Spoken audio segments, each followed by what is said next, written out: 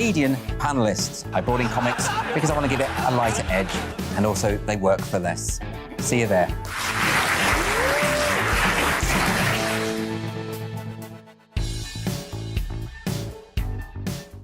Hi there, it's Stephen and Anne. At breakfast from 6 a.m, you'll always be caught up with everything you need to know, the latest headlines, opinions and debates. We'll bring you the good news and the bad, but most of all, we're here for you. Remember, send in your views and let us know what you would like us to talk about. That's because we're your news channel. And every morning at 6 a.m, it's breakfast on GB News. I'm Dan Wootton. Join me Monday to Thursday from 9 to 11 for the feistiest and most fun news debate on TV, where free speech reigns. I'll bring you a sharp take on the day's biggest stories, bombshell newsmaker interviews, and A-list guests. And I guarantee you, no spin, no bias, no censorship, and no reason to go to bed. That's Dan Wootton Tonight, Monday to Thursdays from 9 on GB News.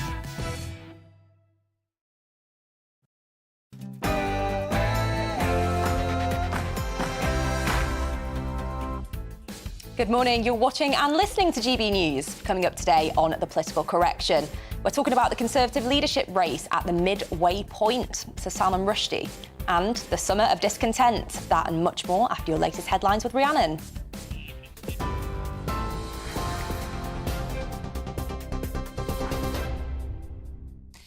Thank you, Deanna. Good morning. It's just gone 10 o'clock. The top stories from the GB newsroom. Sir Salman Rushdie has been taken off a ventilator and is able to talk after being attacked on stage at an event in New York State on Friday. The man accused of stabbing him, 24-year-old Hadi Matar, has pleaded not guilty to attempted murder and assault. The author has faced several death threats over his writing, most notably from Iran's leader in 1989, over the publication of the Satanic Verses. No motive for the attack has yet been established. Labour will call for the energy price cap to be frozen this autumn as households struggle with the soaring cost of living. Sir Keir Starmer is expected to set out the proposals tomorrow. Rishi Sunak and Liz Truss have both faced pressure to block an expected increase to £3,300 in October.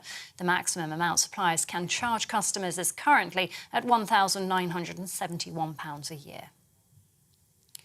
The two prime ministerial hopefuls have each pledged new commitments if elected. Rishi Sunak has set out plans to make Britain energy secure. This includes boosting North Sea gas production. The former Chancellor says he'd legislate to make the UK energy independent by 2045, as he vows to ensure there's no repeat of the looming winter crisis. Greg Hands, Minister of State for Business, Energy and Clean Growth, told GB News a long-term plan is essential. But that's also why Rishi Sunak has laid out a comprehensive plan for energy security going forward, making sure we're energy independent within a generation. You know, that takes a long time to make changes on energy. It takes a long time to commission nuclear power plants. It already takes 10 years or more to build an offshore wind farm. So you need to have a long-term plan as well. Rishi Sunak has got that in place. Liz Truss, meanwhile, says if she's elected Prime Minister, she'll also take on the role of Minister for the Union. The position was created and is currently held by Boris Johnson. Speaking ahead of her visit to Scotland next week, the Foreign Secretary took aim at politicians who she claims have put constitutional division above delivering for the people. Temperatures will remain high today, reaching 35 degrees as the heat wave continues. It comes as a yellow thunderstorm warnings issued across most of Scotland and Northern Ireland. It also covers England and Wales from now until midnight. Colin Rayner, director of Rayner Farms near Windsor, says it's upsetting to see fires and crops dying in the field. Last year we harvested 6,000 tonnes. This year we hoped to get about 1,000. The crops have died in the fields, and there was a real fear of food shortages in the next 18 months. We've had 3 major fires on the farm. It's been quite upsetting.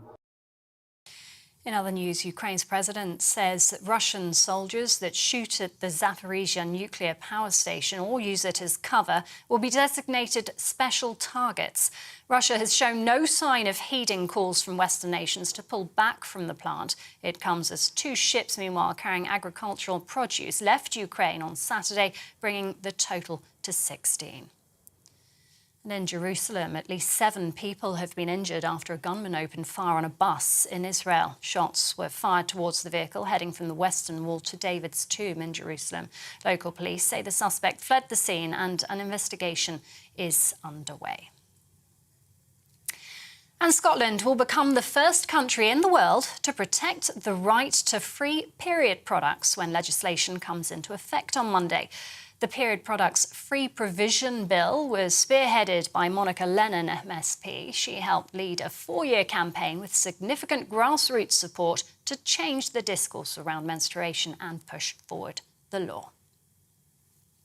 This is GB News. We'll bring you more as it happens now, though it's back to Deanna with the political correction.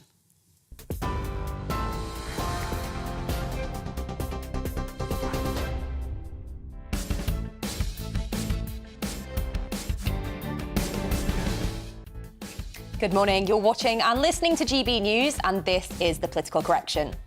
I'm Deanna Davison, and today I'm joined right here in the studio by our very own Paul Embry. And in Northern Ireland, Arlene Foster joins us down the line. We're here for the next 2 hours to correct politics and put you, the people, back in charge.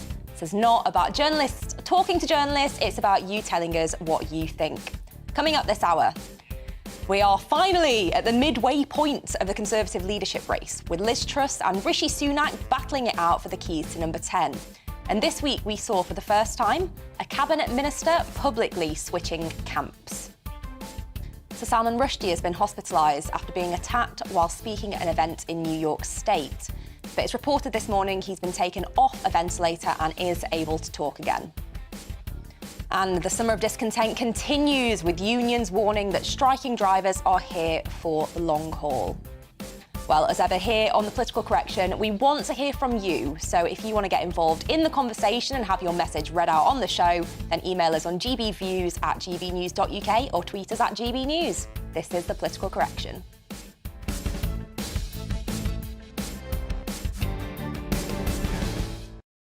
Well, let's start with Sir Robert Buckland and the news that he has become the first cabinet minister to publicly switch his support from Rishi Sunak to Liz Truss in the Conservative leadership race. The Welsh secretary said Liz Truss was the right person to take the country forward, adding that he listened carefully to both candidates and thought deeply about the issues that moved him and what he wanted to see the next Prime Minister doing. So, Paul, I'm going to start with you here. How much of a blow do you think this is to Rishi Sunak? I don't think it's a blow at all, to be honest. I don't think this is going to register in the wider leadership campaign at all, Deanna, to be honest. It seems to me to smack of opportunism as much as anything else. It seems to me that 1 or 2 cabinet members, including Buckland, are probably looking at which way the wind is blowing and thinking, look, Truss is almost a dead cert now to win, barring any serious mishaps. What does that mean for my future career? What does that mean for any position I might be able to attain in a future government? Is it best to back the horse now before it finishes, before it passes the finishing line? So I suspect that there is some of that going on. In truth, I don't think it particularly reflects well on people when they do it. I think if you're a cabinet minister who's nailed your colours to the mast of one particular candidate and then halfway through the race you say, actually, this other candidate is the better one, even though I don't think there's been any serious misstep by the Sunak campaign, and even though Truss hasn't necessarily, I don't think, given any particular reason to make cabinet ministers do that, then I think probably people will look at you as a bit opportunist and think, well, did you really not think that Sunak was the best candidate when you supported him originally? Are you seriously backing Liz Truss now for any reason other than opportunism? But in terms of the wider campaign, I don't think it's going to register much at all on the Conservative membership. But you'd know that better than I would, of course. Me, innocent me. Arlene, I sort of saw you nodding along a little bit there. Do you agree with Paul? Well, I do agree with Paul. I think it does give a headline to the Truss campaign, obviously, because This is the first cabinet minister to switch sides. I don't think he'll be the last. I think, as Paul says, people are now looking at who's going to be the next prime minister, who's going to be the next leader of the party, and it's clearly going to be Liz Truss. Unless something very dramatic happens. When you see the polling that's out today, again, that confirms that that is the case. And people are obviously looking at what's going on and who they should get behind if they want to be in the cabinet or if they want to have a government job after this election is over. So I think that's what he's doing. He publicly came out and backed Rishi Sunak. He's now thinking he's not going to be prime minister, so therefore I need to switch sides if I want to be in government. So I'm gonna reduce some cynicism here because, you know, I mean, I have some of those thoughts myself, but let's take him at his word. Do you think it reflects better on a politician to change their mind based on the evidence in front of them or to kind of stick with their guns? Arlene, I'll come to you first on that. Well, I mean, I can take your point. Yes, if he has genuinely listened to Liz's campaign, if he thinks there has been something that he can really associate with, and he's been listening to Rishi and doesn't think that he's going to lead in the way that he first thought. Yeah, I can understand that that may be a very nice way of looking at it, but I don't think that that is the case here. I think he has assessed that Rishi's not going to be the next Prime Minister. I think it would be, I mean, I always had a lot of admiration for someone like Theresa Villiers, for example, who stood by her decision to back Andrea Leadsom, even when Andrea in the last campaign, but decided not to run. You'll remember all of that, Deanna. But Theresa stuck by her to the very, very end. And I think there's something to be said for loyalty. And it looks as if, looking at what's going on in the Conservative Party at the minute, that people do value loyalty. I mean, I think Rishi is getting kickback because of how people perceive he was involved in the downfall of Boris Johnson. And people don't like that. And certainly Conservative members, from what I know of them, don't like it either. Mm-hmm.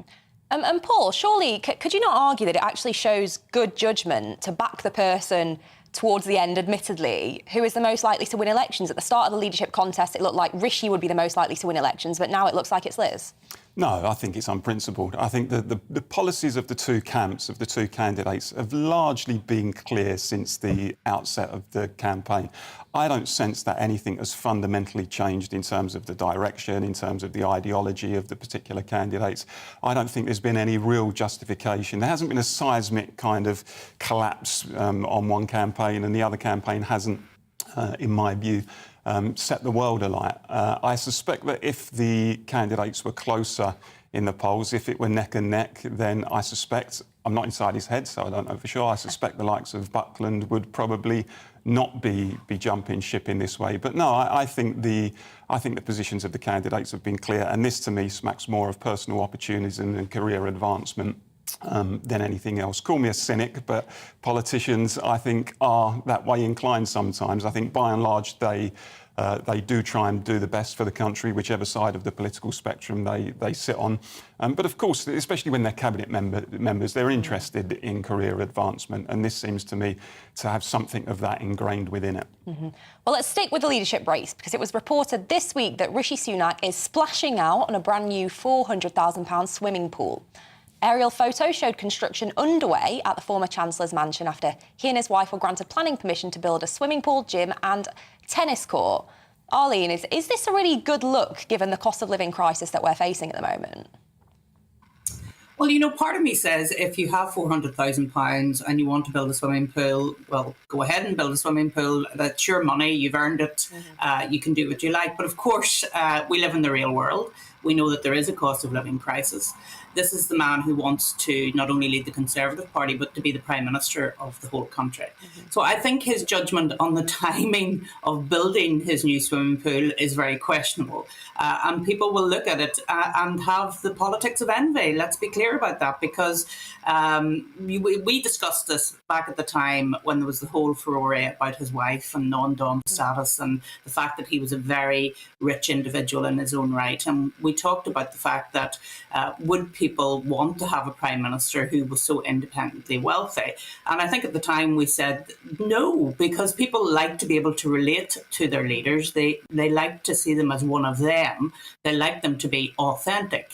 And it's interesting that in the Ashcroft poll that's out this morning, authenticity is one of the things that Liz Truss seems to be able to bring now. And I think that really strikes at the heart of a lot of this. So whilst it shouldn't matter in theory, Deanna, of course it matters. And I think his judgment has been really flawed on this. Mm-hmm.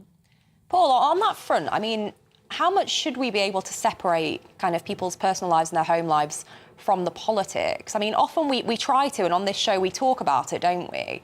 But when it's something like this, you know, with that level of sort of wealth, given some of the challenges people are facing, is it really possible to separate those two out? Well, it's symbolic, isn't it? That's the truth. It's the symbolism of it. At a time when the country is going through a cost of living crisis, energy bills are going through the roof, people are struggling to make ends meet, put food on the table, pay their mortgages. And the guy who was until very recently, in charge of the nation's finances seems to be living a completely different lifestyle that is far, far removed from the life of the average voter, and has the kind of wealth, fantastically wealthy he is, and obviously his wife is as well. That really puts him in a different stratosphere in terms of his own lifestyle and his own appreciation of wealth. And I think people will say, look, I mean, frankly, I don't particularly care on a personal level whether Rishi Sunak is building a swimming pool in his garden or not. But I think people are entitled to say, look, if you are going to be the leader of this country during an economic crisis, we're just about to head into a recession, it's really grim times, people are really struggling. And we can see clear evidence that you are not suffering in any way like the rest of us are. You don't understand the pressures that are on us financially. Then are you the person best placed to lead this country? Can you seriously claim that you are in touch with the average voter, that you understand their impulses, their stresses, their demands, their concerns, and so on? And I think that's a hard challenge for Rishi Sunak. I mean, you know, the truth is that I think societies whose leaders have fantastic wealth, when ordinary voters are living in poverty in many cases, are storing up trouble for themselves. I mean, you can look at the Eastern European communist regimes, not that you really had voters in a true sense in some of those countries because they were dictatorships, but actually many of them were overthrown in no small part because of the difference in wealth between some of the communist leaders who had accrued fantastic wealth and lived in palaces and so on, and ordinary people who were standing in bread queues. And I'm not saying we're at that position here in this country, but we're moving to a position where there is that very sharp disparity in wealth potentially between someone who's going to lead the country and people at the other end of the scale. And I think that causes problems in societies. Well, that's Rishi, but let's talk a little bit about Liz, because campaigners this week have accused Liz Truss of seeking to appeal to a bigoted section of the Conservative Party after her campaign team put out a press release which said she would change woke civil service culture that strays into anti-Semitism. Paul, I don't think of you as one of the most woke individuals that I know. So what did you make of this from Team Truss? I thought it was a strange comment, actually. I mean, the anti-Semitism thing in particular, I didn't quite understand, and I think that's caused a bit of a confusion, perhaps even within the Conservative Party itself. It may have been an off-the-cuff remark that didn't particularly make sense. The woke thing, the comments about tackling wokeism, well, that's fine. But what I would say, Deanna, is we've heard it all before. We've heard it all before from senior politicians, particularly senior Conservative politicians who, you know, I think understand that millions of ordinary voters don't like the dominant woke culture of our age. They find it thoroughly stifling and suffocating. They find it undemocratic.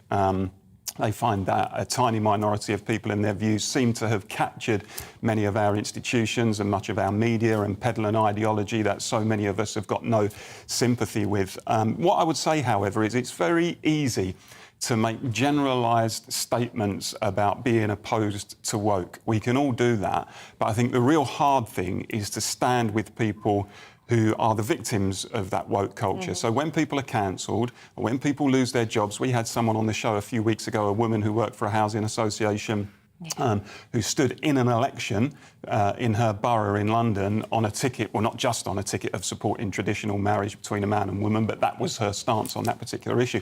And she was sacked because of it. I didn't hear any politician speaking out in favour of that woman. So making the general comment and stand against wokeness is easy. The real hard thing is standing with individuals who suffer because of it. And that, I think, is where we find our politicians wanting, because they think they're going to be called nasty names on Twitter. They think it's going to affect their career prospects. A brave politician would have stood with that woman who we had on whose story we covered on the show, rather than making just a general comment about woke culture. Arlene, I'm kind of really conscious that we get your thoughts on this, because the civil service take a bit of a bashing, particularly at the moment. But in your role as First Minister, you'll have worked very closely with kind of senior civil servants. Do you think there is a slightly sort of leftish woke tendency within the civil service, or do you think it's a little bit overrepresented?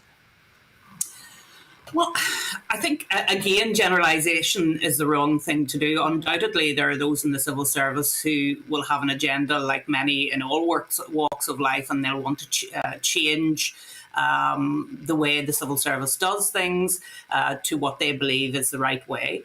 But in general, most civil servants, and I find this to be absolutely the case, are only interested in doing the job that they're there to do, which is actually to serve the country in a neutral way, regardless of who their political masters are. They're there to advise. Some of the best civil servants I've worked with have been challenging civil servants because they're saying to you, Minister, I don't think that that's the right thing to do. And here are the reasons why I don't think it's the right thing to do. Now, you then have to make a decision as to whether, given what they've laid out in front of you, you should go ahead with what you think is the right thing to do or not. They're there to advise. They're not there to make the decisions. But I think there has grown up this culture now where we're targeting individual civil servants, which is wrong. But if there is this wokeism that is seeping into our institutions, and I think, sadly, that is the case, because leaders are saying we cannot take practical decisions because it might offend X, Y, and Z, when in actual fact that's not the case, and we're going to the nth degree when we don't need to, and in fact it's bad for the country. So we need to step back from all of this, and I've been encouraged by the fact that we're now challenging some of the ideology that has come in, particularly from Stonewall, and actually taking a step back from all of that. But I fundamentally agree with Paul. I mean, we can all be against wokeism. We can all say that we are anti-woke and we want to deal with all of these things. But when it comes to individual decisions, that's when the real test comes. You may not agree with something, but are you prepared to stand up for somebody and have their freedom of speech and thought protected? And that's the key element. Absolutely. And we're going to be coming on to freedom of speech a little bit later when we talk about the terrible events surrounding Salman Rushdie as well. But let's focus on the leadership contest for one final segment, because this week, during GB News as the People's Forum, hosted by Alistair Stewart, Liz Truss was asked to outline her plans to compensate women who are demanding compensation because of the impact state pension equalisation had on them, the WASPI women as we know them. Let's have a quick listen to her response. To be honest with you, and I have to be honest, on the specific case of the WASPI women, I don't think it was handled very well at the time. I completely admit that, and there wasn't enough respect shown. I very much agree with that. But I think where we are now, it will be very difficult to go back. I just don't want to make promises I can't keep, to be absolutely honest with you. Arlene, that was a pretty candid response there from Liz Truss, you know, not just giving the woman who asked the question what she wanted to hear, saying she'd take it away and have a look. Do you think we need a bit more of that sort of candidness in politics? Well, look, pensions and changing pensions is the most complicated issue, I think probably one of the most complicated issues in government. I was finance minister for a short period of time back in 2015, and I remember well looking at a pensions issue. I think it was in connection with RUC widows who remarried and lost their pension rights, and there was a lobby going on at the time to get those pension rights back. And when you look into not just that little issue, and I think it was only 100 women involved or something, but the consequentials of that then were absolutely enormous, because if you changed one part of the pension scheme, then it was going to have consequentials for others. I actually think it's been, I don't want to sound very Sir Humphrey-like and say it was a very brave answer, but it was a very brave answer, because she could have easily have said, something along the lines of, oh, well, leave that with me and I'll come back to you after I'm in post and all of that sort of. She knows that this is a very difficult issue to go back on. She doesn't want to raise expectations. So I think it was absolutely the right thing to do. And I've been struck, Diana, about the number of promises that have been made during this campaign. And sometimes you think, goodness, another promise. Are we going to see that delivered? And I've become quite cynical about that for obvious reasons. But this is one occasion where she absolutely did the right thing. Mm-hmm. And Paul, do you think we need more of that? Because from my perspective, when a politician is very kind of clear and says no, if you ask them a question and they say no, I would usually respect that more, even if I disagree with them, than someone sort of floundering, saying, oh, email me, I'll take a look, and then getting a sort of waffly answer back. Probably. I mean, I think Liz Truss is wrong on the substantive issue here. I think the WASPI women do have a legitimate case on the pension issue, and I think they've been served very badly.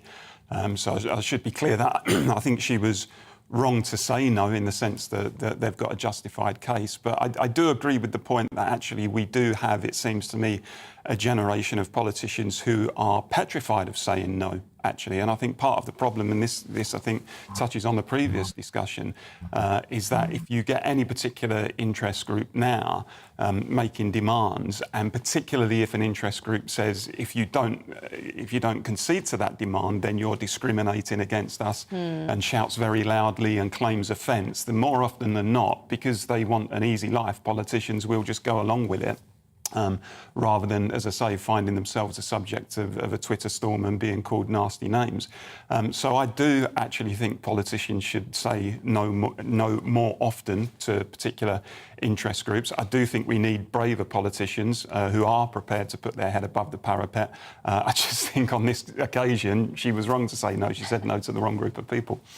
Well, send us your thoughts. You know, what did you make of Liz Truss's comments there? Is Rishi right to be building a swimming pool? And overall, what do you make of the whole leadership contest? Send us your thoughts on gbviews@gbnews.uk. But coming up after the break, we're discussing Sir Salman Rushdie, who was hospitalised after being attacked at an event in New York State on Friday.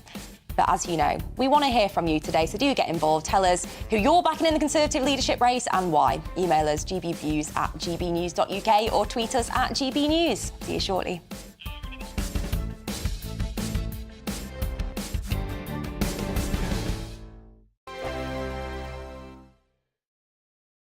Join my show Farage, 7 p.m. till 8 p.m. Monday through Thursday. And there you will get opinion, analysis, debate, and I'll cover stories that nobody else dares to touch. You've been cancelled. Join the club. Oh, my goodness me. And then for the last 15 minutes, talking pints. We're over a drink. We have a civilised conversation with someone.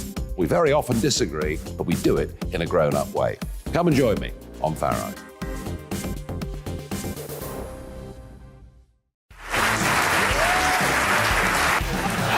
My name is Andrew Doyle. Join me every Sunday evening at 7 p.m. for Free Speech Nation. This is a show where we address current affairs and news stories of the week with the help of two wonderful comedian panellists. I brought in comics because I want to give it a lighter edge, and also they work for less. See you there.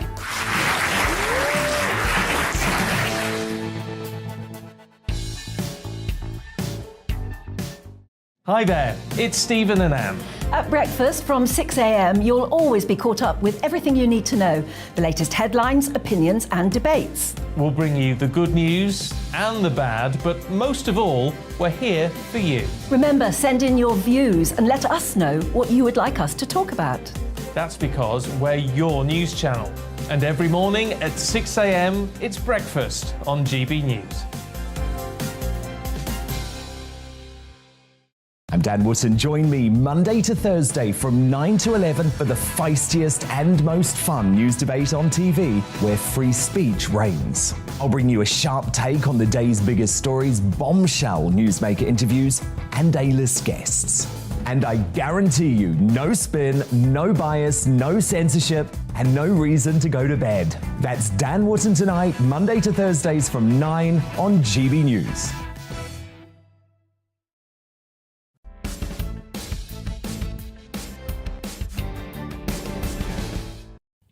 Welcome back to The Political Correction. The author Sir Salman Rushdie was hospitalised after being attacked at an event in New York State on Friday. But this morning it was revealed that he's been taken off a ventilator and is now able to talk. It was reported the 75-year-old may lose an eye after being stabbed at least once in the neck and in the abdomen. Mr. Rushdie published his fourth book called The Satanic Verses in 1988 and was forced into hiding after it sparked outrage amongst some Muslims, with Iran's supreme leader calling for his execution a year after the book's release. Leadership candidate Rishi Sunak has said the stabbing should be a wake-up call for the West. Now, Paul, what was your initial reaction to these events? Horrific. It was an attack on freedom of thought. It's an attack on artistic expression, and it deserves, 100% condemnation. What I get annoyed about, Deanna, is in high-profile incidents like this, politicians have little choice but to say this is wrong.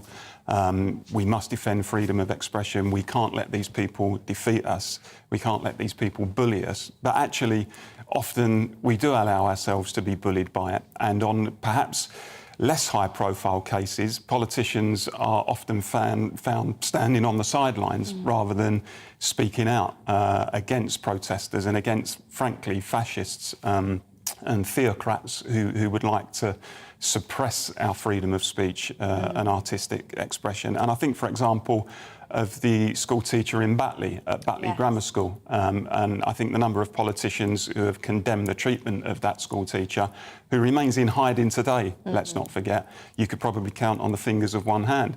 I think of the attempts, which sadly were successful, I think in many cases, to censor a recent film, The Lady of Heaven, and to stop cinemas from showing that particular film because people claimed that they were offended, and mobs turned up to cinemas and demanded that the film not be shown. And again, politicians just stood aside and didn't really comment on that. And it only seems to me when it's a particularly high-profile incident like this, where commenting is unavoidable, that they stand up against it. To see people at the top of society, not just politicians, but commentators and people who have got influence, condemning these sorts of attacks on our freedom of expression and freedom of thought in more vociferous terms than they actually do. And the idea for me that any particular belief system, whether it's a religious belief system, a political belief system, whatever, should be ring-fenced from scrutiny or criticism. People should be able to say, look, this belief system is important to me, and therefore you should not be allowed to criticise it. And if you do, I will take offence, and also your life may be at risk. I think in a free society, or a society that claims to be free and to believe in the principles of liberty and free speech, I think is absolutely unconscionable. But we don't have people speaking out enough about it, and frankly that needs to change.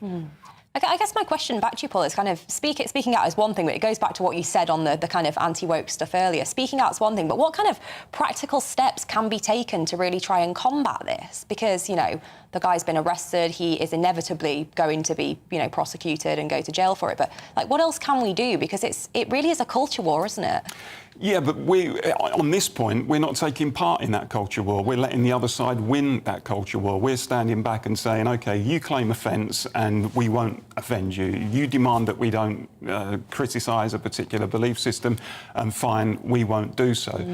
So pushing back against that, even if it's only, simply speaking up more often in relation to individual cases, like the Batley school teacher, for example. Organising counter-protests, actually. Counter-protests in favour of free speech and free expression. That in itself would be a start. I think we probably do need a wider debate about the whole issue of state-sponsored multiculturalism in this country. I think more and more people, including, I have to say, some people on the left, my political persuasion, are coming to the view that we haven't handled the whole multicultural issue particularly well, that actually we've created a salad bowl rather than a melting pot, as the saying goes, that actually the way that we've done it is to encourage separateness and difference between people rather than trying to build common bonds between people, and rather than trying to integrate people to the best of our ability.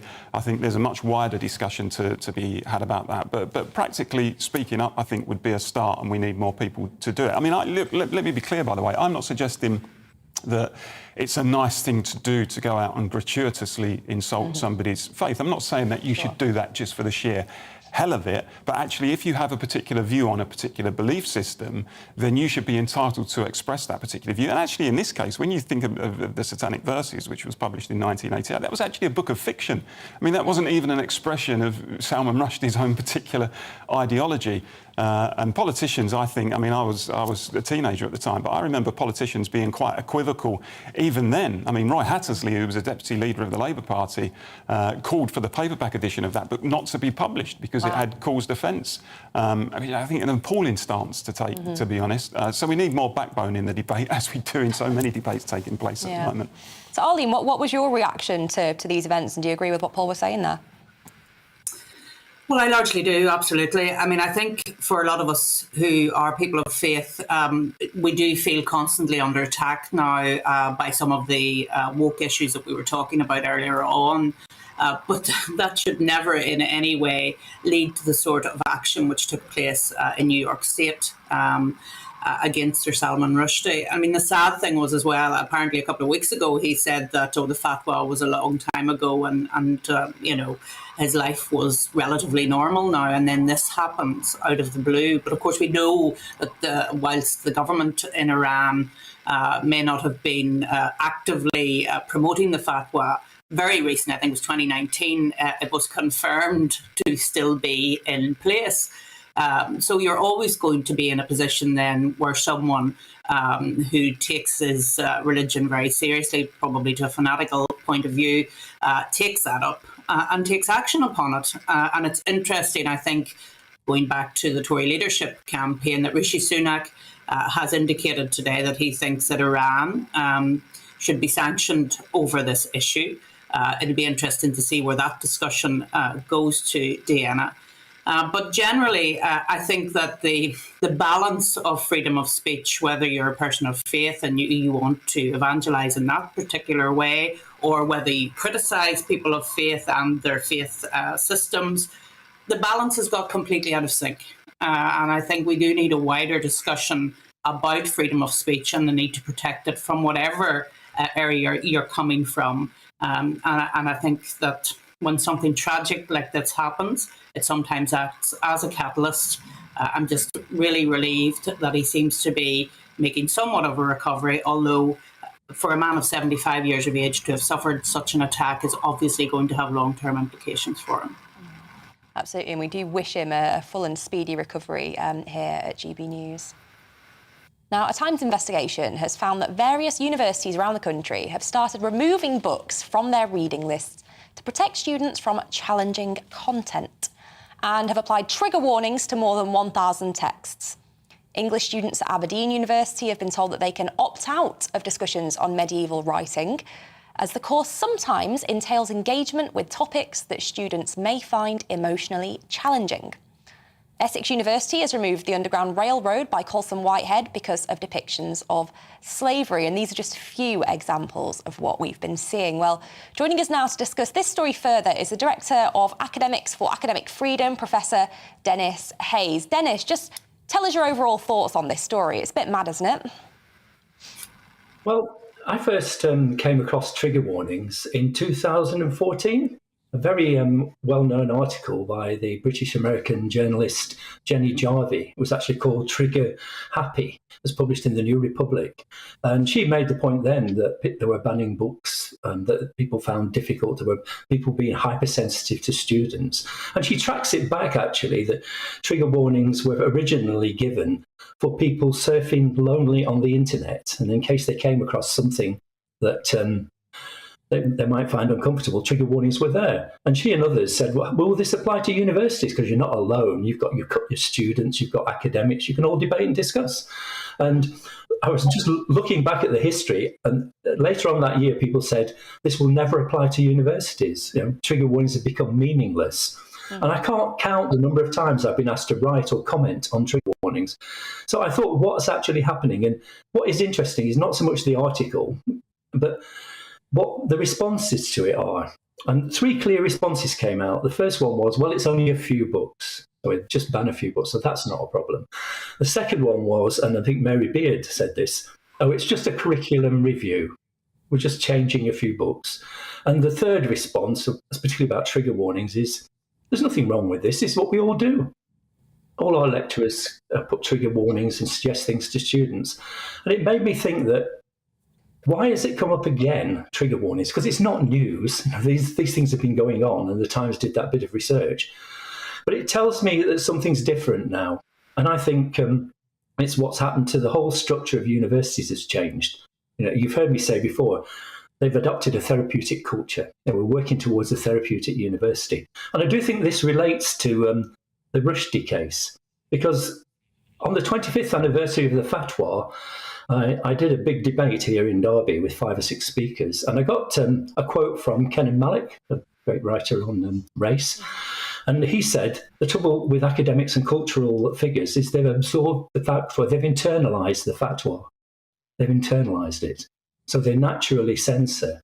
Now, I think, I was listening to your calls for free speech and challenging it, but I don't think you're going to be able to do it unless you recognise the fundamental problem. And when we're in a therapeutic culture where you're too sensitive to what you think are the students' feelings, that you protect them. And back in 2014, people were saying this will flatten the university experience for students. They will only get certain text and safe text. And I can give you an example about how thorough this is, because every single lecturer in every university, under the pretext of decolonising the curriculum, is looking at every book that they're using and every subject. And what happens then is not that you choose the best books, or the best books by authors of colour. For instance, Frederick Douglass, C.L.R. James, Thomas Sowell, the right-wing thinker who never gets mentioned, or Kenan Malik himself, and many others are great. But that's not what happens. What happens is woke books get put in, books about identity politics, your lived experience. So what is really happening is, in that therapeutic culture, there's a real challenge to free speech, because only one view is going to be heard, and that's the view that never upsets anybody. And I have a really funny example. I've got a friend who's in her 80s, and she goes to a book club, and they asked her to choose a book that was really powerful and full of emotions. And I can't remember which one she chose, actually. It might have been Miss Julie. But they then complained that it was too emotional. It was too upsetting. And I think that's what happens to students. People think they can't cope with real emotions. Empathy and sympathy, but passion, jealousy, anger, really important emotions. I've been motivated by jealousy a lot of my life. Those emotions are not allowed. And I think unless we recognise that therapeutic climate, I know people deny there's a cancel culture, they deny there's woke, they equally deny there's any therapeutic culture. And yet the next minute, students are going off into safe spaces and not being allowed, as the example you gave. Don't attend lectures if you might find them upsetting. So I think my view is that unless you recognise that something has changed in the way we approach young people, then we're never going to be able to defend free speech. Mm-hmm. And just to give you an example, we're just about out of time, I'm afraid, Professor Hayes, there. So we're going to have to leave it there. But thank you, as ever, for coming on to discuss this topic. We know it's something that's very close to your heart, and certainly a lot of our viewers do get involved in these discussions too, so definitely do send us your thoughts. Well, coming up after the break, we'll be discussing the summer of discontent with yet more rail strikes disrupting the country. But as always, we want to hear from you this morning. So do get involved. Email us at gbviews@gbnews.uk or tweet us at gbnews. See you in a moment.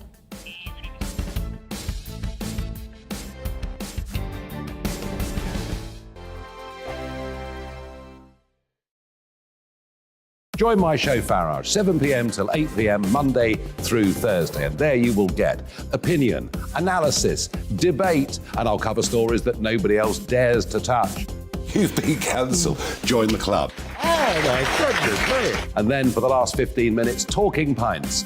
We're over a drink. We have a civilised conversation with someone. We very often disagree, but we do it in a grown-up way. Come and join me on Farage.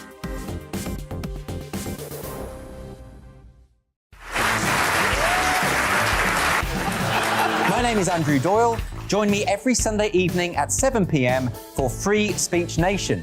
This is a show where we address current affairs and news stories of the week with the help of 2 wonderful comedian panellists. I brought in comics because I want to give it a lighter edge, and also they work for less. See you there.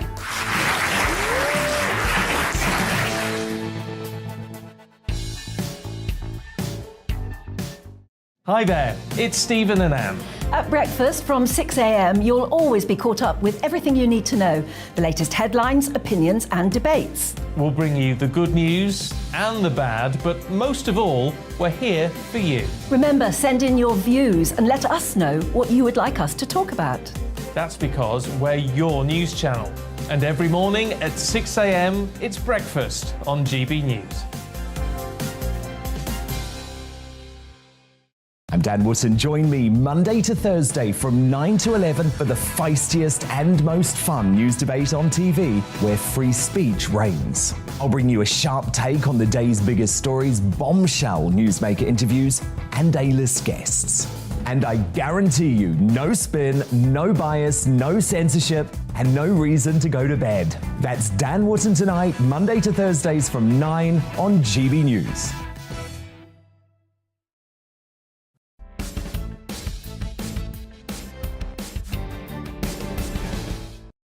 Welcome back to the Political Correction, and loads of you have been getting in touch already. We start with Derek, who says, how refreshing to hear Liz Truss giving an honest answer to the question posed. She answered honestly, even though it was not what the questioner wanted to hear. Liz was honest and didn't just waffle an answer for fear of losing some votes. Well done, Liz. Paul, what have you got for us? Yeah, Camilla isn't impressed. She says 2 lacklustre candidates for PM will be no substitution for Boris. Liz Truss would hopefully do the better job. And Virginia says the problem isn't work in terms of the WASPI issue and Liz Truss's response to the question. The problem isn't working longer. It's that women have never earned the higher wages that men had, and so their pensions are a lot lower than equivalent men's. And we've got another one there on the sort of WASPI pensions issue. Sue says, I was born in 1951 and I knew in my early to middle 50s that I would not get my state pension until I was 61 and a half.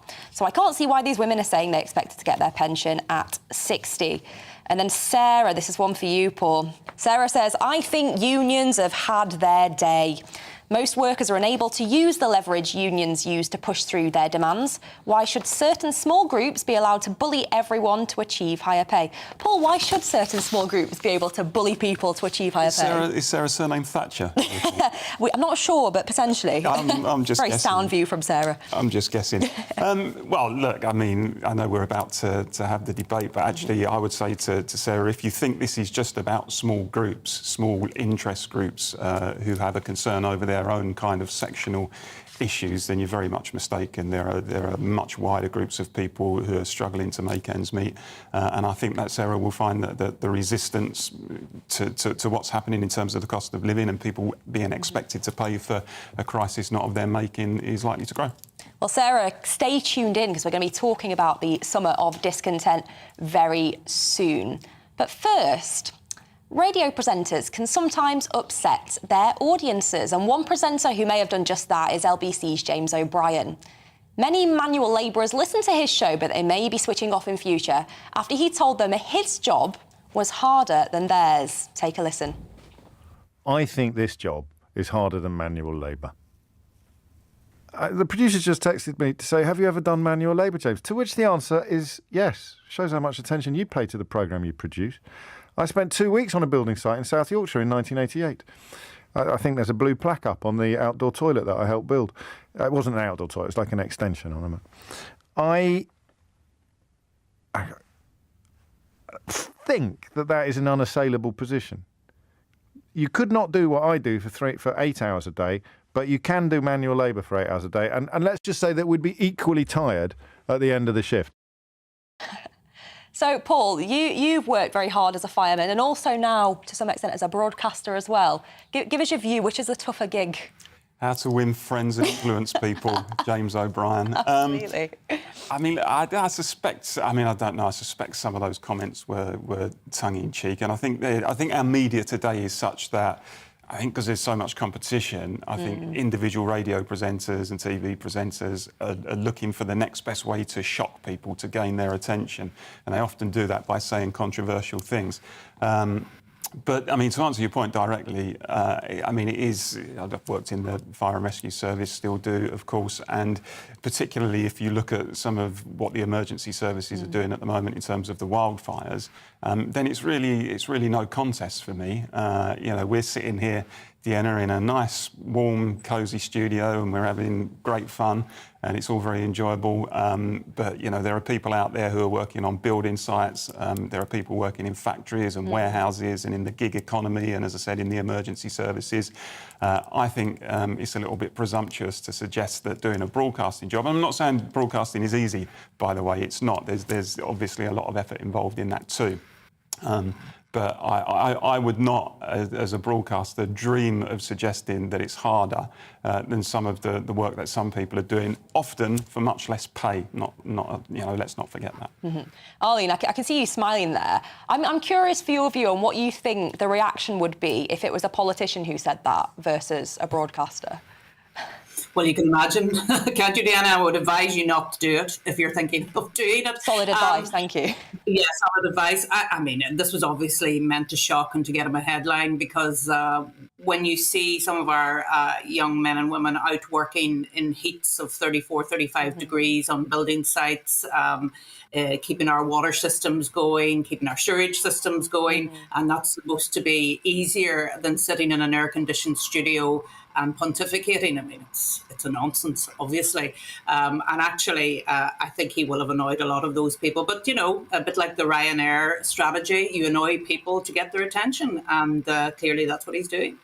And I'd say, I think as well, in terms of broadcasting, in some respects, what we're doing there is the easier end of it. The people who do the really hard graft, as we know, it's the guys back there. It's the guys in the gallery. Who build the show and book the guests and do everything else. You see them working all the hours God sends, and you understand who does the tougher job. And I suspect it's probably the same for James O'Brien. His young production team are probably working far harder than he is, I guess. Absolutely. Well, send us your thoughts. What do you reckon? Especially, we want to hear from manual labourers. What do you think? Is your job easier than being a radio presenter? Let us know. gbviews@gbnews.uk. Now, a 24-hour strike by train drivers across 9 operating companies left large parts of Britain without services yesterday. And the ASLEF union warned that striking drivers were here for the long haul. The action is the first in a week of strikes by 4 separate transport unions that will severely disrupt rail services nationwide from this coming Thursday. Paul, these strikes seem to be coming again and again. So is that an indication that the industrial action isn't working?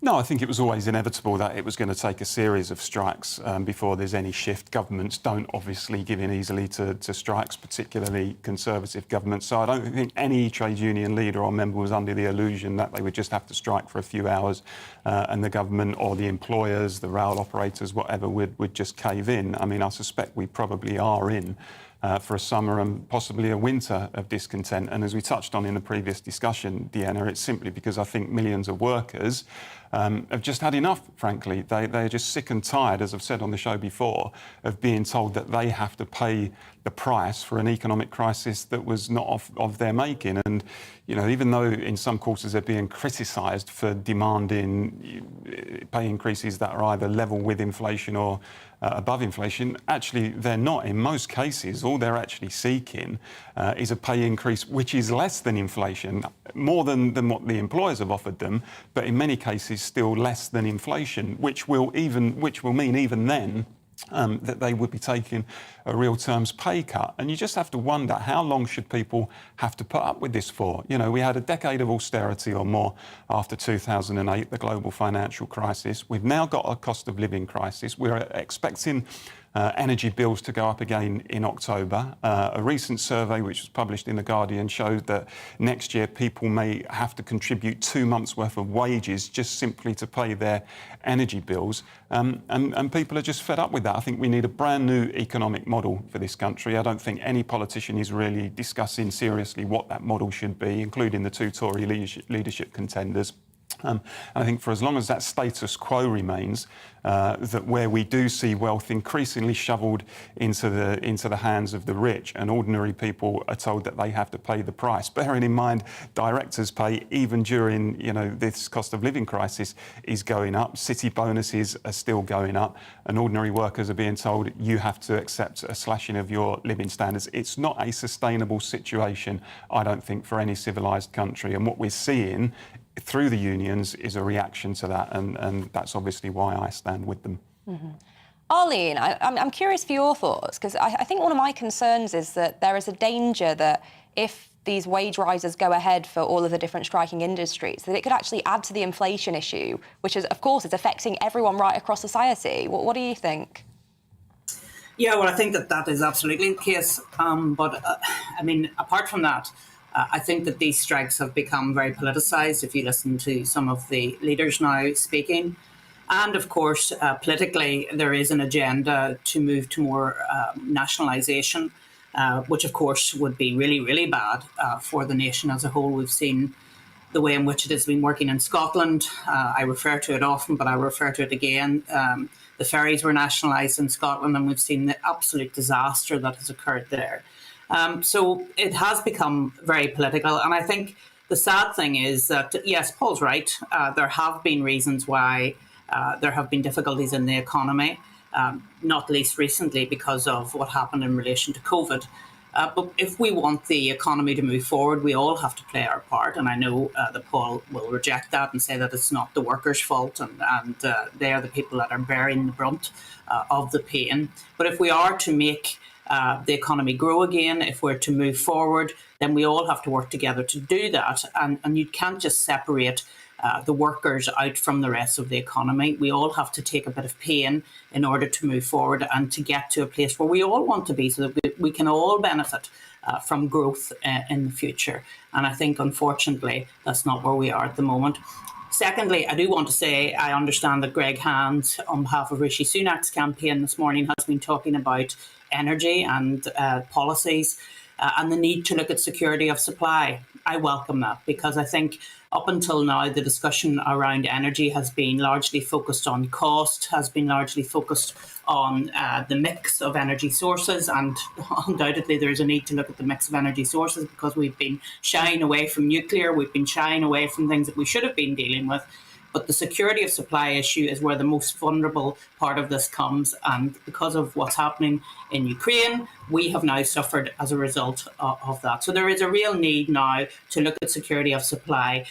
And it should have been done 10 years ago. There's no doubt about that. And there's this Nick Clegg video going around where he said, oh, there's no point in looking at nuclear back in 2010 because it'll take to 2021, 2022 before it comes online.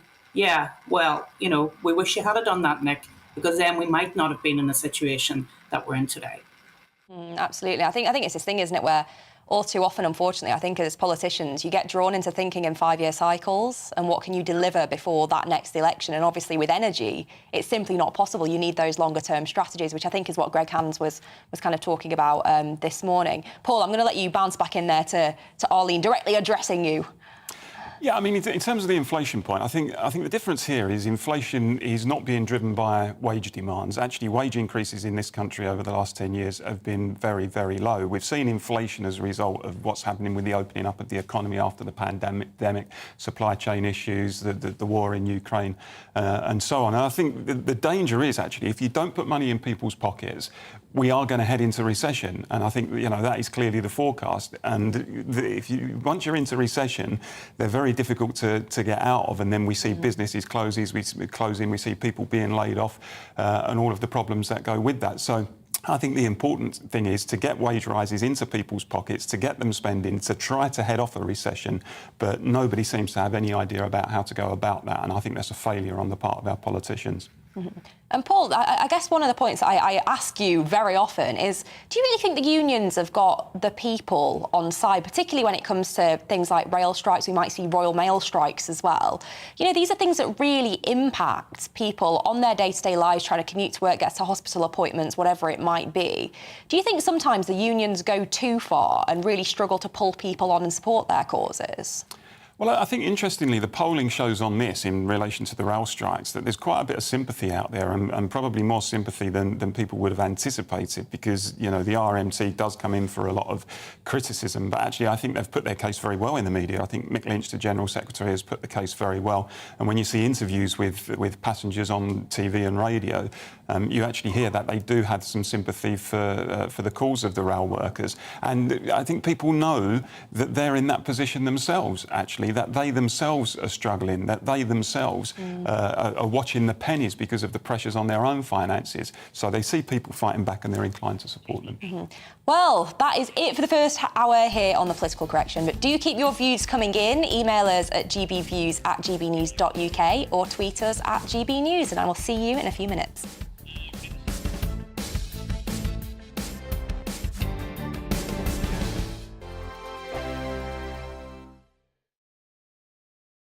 Join my show Farage, 7 p.m. till 8 p.m. Monday through Thursday. And there you will get opinion, analysis, debate, and I'll cover stories that nobody else dares to touch. You've been cancelled. Join the club. Oh, my goodness me. And then for the last 15 minutes, talking pints. We're over a drink. We have a civilised conversation with someone. We very often disagree, but we do it in a grown-up way. Come and join me on Farage.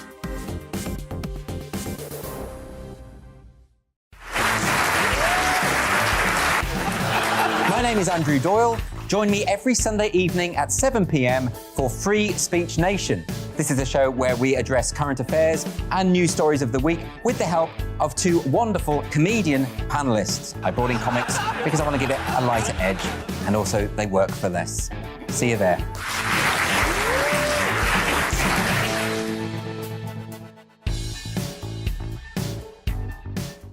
Hi there, it's Stephen and Anne. At breakfast from 6 a.m, you'll always be caught up with everything you need to know, the latest headlines, opinions and debates. We'll bring you the good news and the bad, but most of all, we're here for you. Remember, send in your views and let us know what you would like us to talk about. That's because we're your news channel.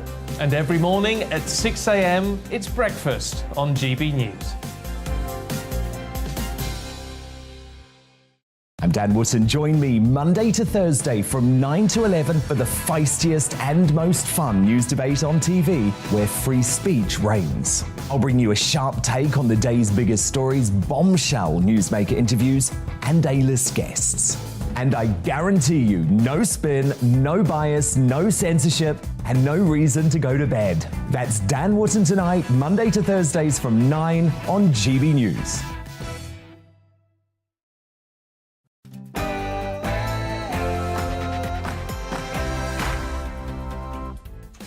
Good morning and welcome back to The Political Correction. Lots coming up for you this hour, including the heatwave and hosepipe bans, as well as us discussing a GB News exclusive interview with Jacob Rees-Mogg. That plus plenty more after your latest news with Rhiannon.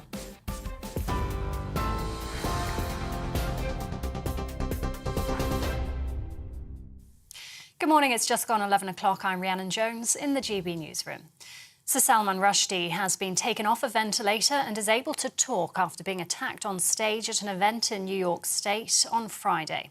The man accused of stabbing him, 24-year-old Hadi Matar, has pleaded not guilty to attempted murder and assault. The author's faced several death threats over his writing, most notably from Iran's leader in 1989, over the publication of the Satanic Verses. No motive for the attack has yet been established. Labour will call for the energy price cap to be frozen this autumn as households struggle with the soaring cost of living. Sir Keir Starmer's expected to set out the proposals tomorrow. Tory leadership hopefuls Rishi Sunak and Liz Truss are under pressure to block an expected increase to £3,300 in October. The maximum amount suppliers can charge customers is currently at £1,971 a year. Meanwhile, Rishi Sunak has set out plans to make Britain what he calls energy secure, including boosting North Sea gas production. The former Chancellor says he'd legislate to make the UK energy independent by 2045 as he vows to ensure there's no repeat of the looming winter crisis.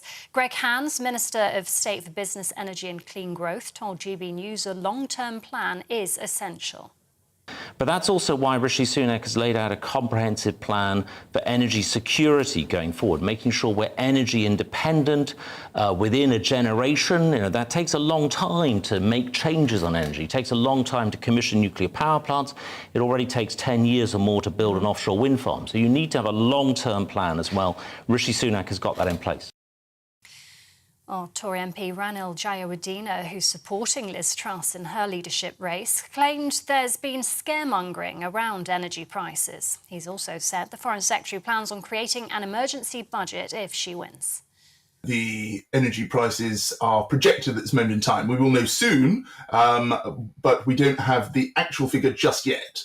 So that's a really important point for people. And I do regret that there has been scaremongering from some quarters on this. Second, I do believe that the pause on the energy levy is a really important immediate relief for families with their energy bills, alongside the cut in NI that will help people. But if elected Prime Minister, Liz has also said that she will hold an emergency budget to see what more can be done at that time. More than 20,000 people have crossed the English Channel in small boats so far this year. Government figures show 607 crossings were made yesterday, the third time the daily numbers exceeded 600 since the start of the year. In 2021, over 28,000 crossings were reported. At least 7 people have been injured after a gunman opened fire on a bus in Israel. Shots were fired towards the vehicle heading from the Western Wall to David's Tomb in Jerusalem. Local police say the suspect fled the scene and an investigation is now underway. Ukraine's president says Russian soldiers that shoot at the Zaporizhia nuclear power station or use it as cover will be designated special targets. Russia has shown no sign of heeding calls from Western nations to pull back from the plant. This comes as the Ministry of Defence announces that Russian forces are likely to be moving to reinforce their southern offensive, with fierce fighting taking place around the village of Pisky in Donetsk. The Home Secretary's expressed her tremendous pride in the government's controversial evacuation effort following the fall of Afghanistan to the Taliban. In a video to mark the first anniversary of the evacuation, Priti Patel describes the UK effort as seismic and a demonstration of the bond of trust with those Afghans who'd helped UK forces. Her praise comes despite a report earlier this year by MPs describing the effort as a disaster and a betrayal of allies. Temperatures will remain high today, reaching up to 32 degrees as the heatwave continues. It comes as a yellow thunderstorm warnings issued across most of Scotland and Northern Ireland. It also covers England and Wales from 10 this morning, that was, until midnight. Colin Rayner, director of Rayner Farms near Windsor, says it's upsetting to see fires and crops dying in the fields. Last year, we harvested 6,000 tonnes. This year, we hoped to get about 1,000. The crops have died in the fields, and there was a real fear of food shortages in the next 18 months. We've had 3 major fires on the farm. It's been quite upsetting. This is GB News. We'll bring you more as it happens. Now, though, it's back to Deanna with the political correction.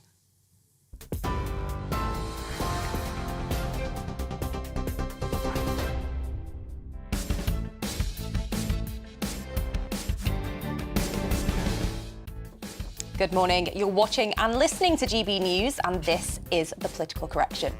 We're here for the next hour to correct politics and put you, the people, back in charge. Coming up this hour, we'll be assessing a GB News exclusive interview with Jacob Rees-Mogg. We'll be joined in the studio by legendary broadcaster Alistair Stewart to discuss the People's Forum with himself and leadership contender Liz Truss. We'll also be discussing extreme weather in the UK and the impact it's had on the fire service.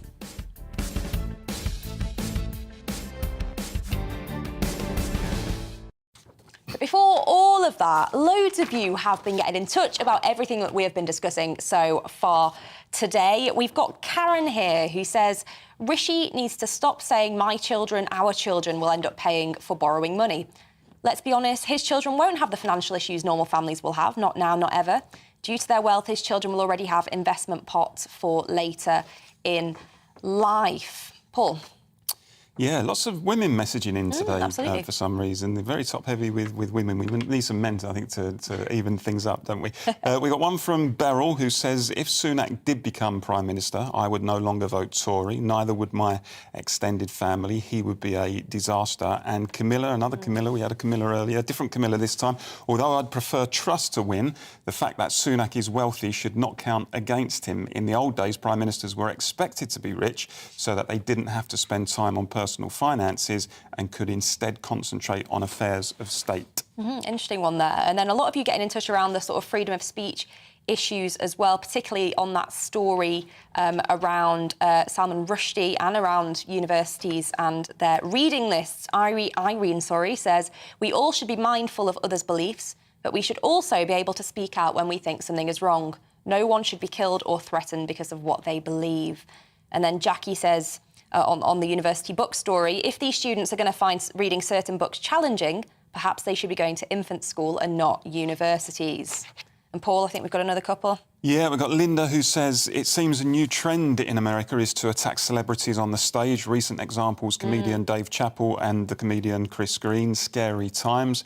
And Michael, we did have a bloke who messaged us. Michael says, the term Islamophobia is incorrect. A phobia is an irrational fear, yet the way they carry on proves that the fear is not irrational. An interesting point, actually, I think, because the suffix phobia is attached to a lot of suggested discrimination thoughts, homophobia and stuff. And I think we probably do need to have a discussion at some point. Is it a phobia? Because as Michael says, it does mean an irrational fear. Now, if you're criticising a particular religious belief system, does that mean you have an irrational fear, or does it mean you just have a different point of view? I would suggest it means the latter. Actually. Yeah, no, completely agreed. Well, keep your views coming in. Plenty more discussion today, and we want to hear from you.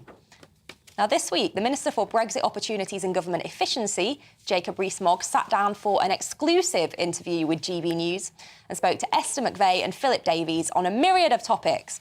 So let's take a listen and indeed react to what he had to say about Brexit and about working from home. Have we reaped the benefits of Brexit? Not yet, no.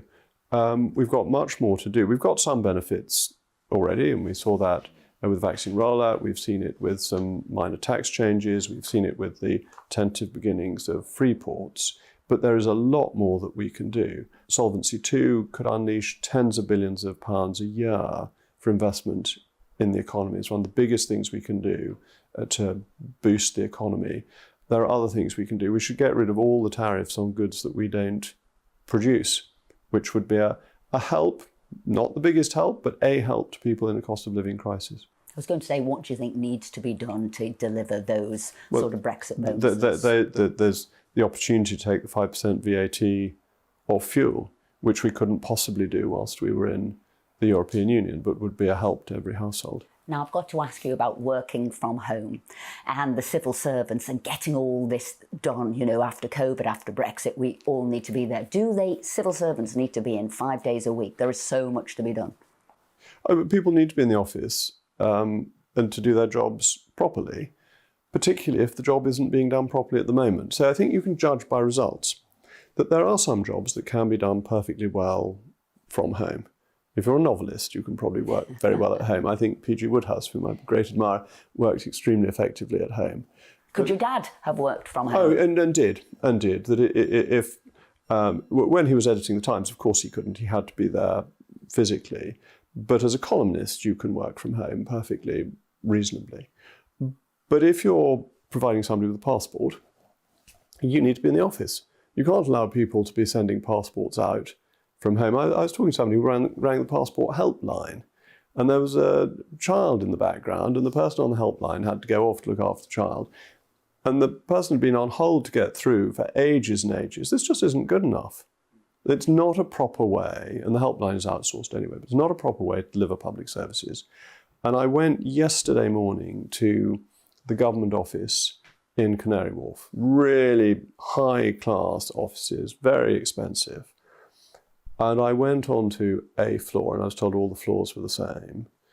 They have 400 desks on a floor, and I'd be surprised if there were 40 people working there. And people said, well, people are on leave. Well, they can't all be on leave. It's just not good enough. And people need to be back at work, and all the service needs to be perfect. If there were no problems with DVLA, with the passport office, with the probate office, then you say, okay, it's fine. But these services are not delivering what the British public have a right to demand, and we are paying people as if they were going into work. They get their London allowance, and yet they are not going into the office and the service isn't being delivered. I think this is really important. And the frustrating thing is, although the Cabinet has decided this, Permanent secretaries have decided this. The message is not getting through properly, except in some very specific areas. I was very impressed in a visit to our office in Birmingham that Ofsted was fully occupied. So the head of Ofsted believes working from the office is essential to create the team spirit that you need and so on.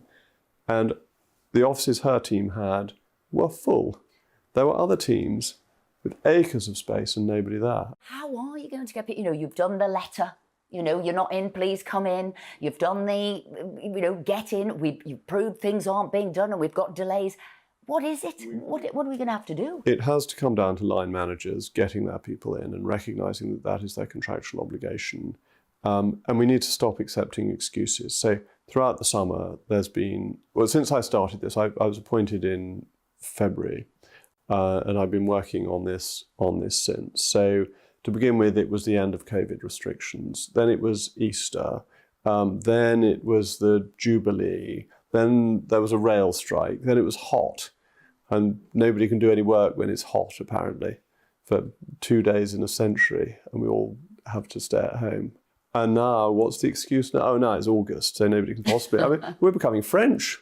Nobody being expected... No, we're less productive, I believe, than France now. We are going to have to say we need to... We need to see people. We need people be back in the office. And, I mean, I think either of the potential leaders both committed to getting people back into work. I think there was a tweet by one of the Sun journalists today who said, oh, this picture was just your office or something, Jacob, and that was the one you used. And I thought, well, I'm quite sure that would be the office you chose to take a photo of. I don't know. No, it wasn't. The picture that I put on Twitter, I think it was given to me by another minister of somewhere in the Treasury office.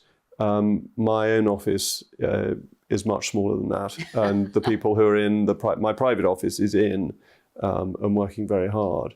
But I could show you pictures of emptier offices than the one the Sun had. Well, there we had our exclusive GB News interview with Jacob Rees-Mogg. Arlene, what did you make of that? What did you make of what Jacob had to say?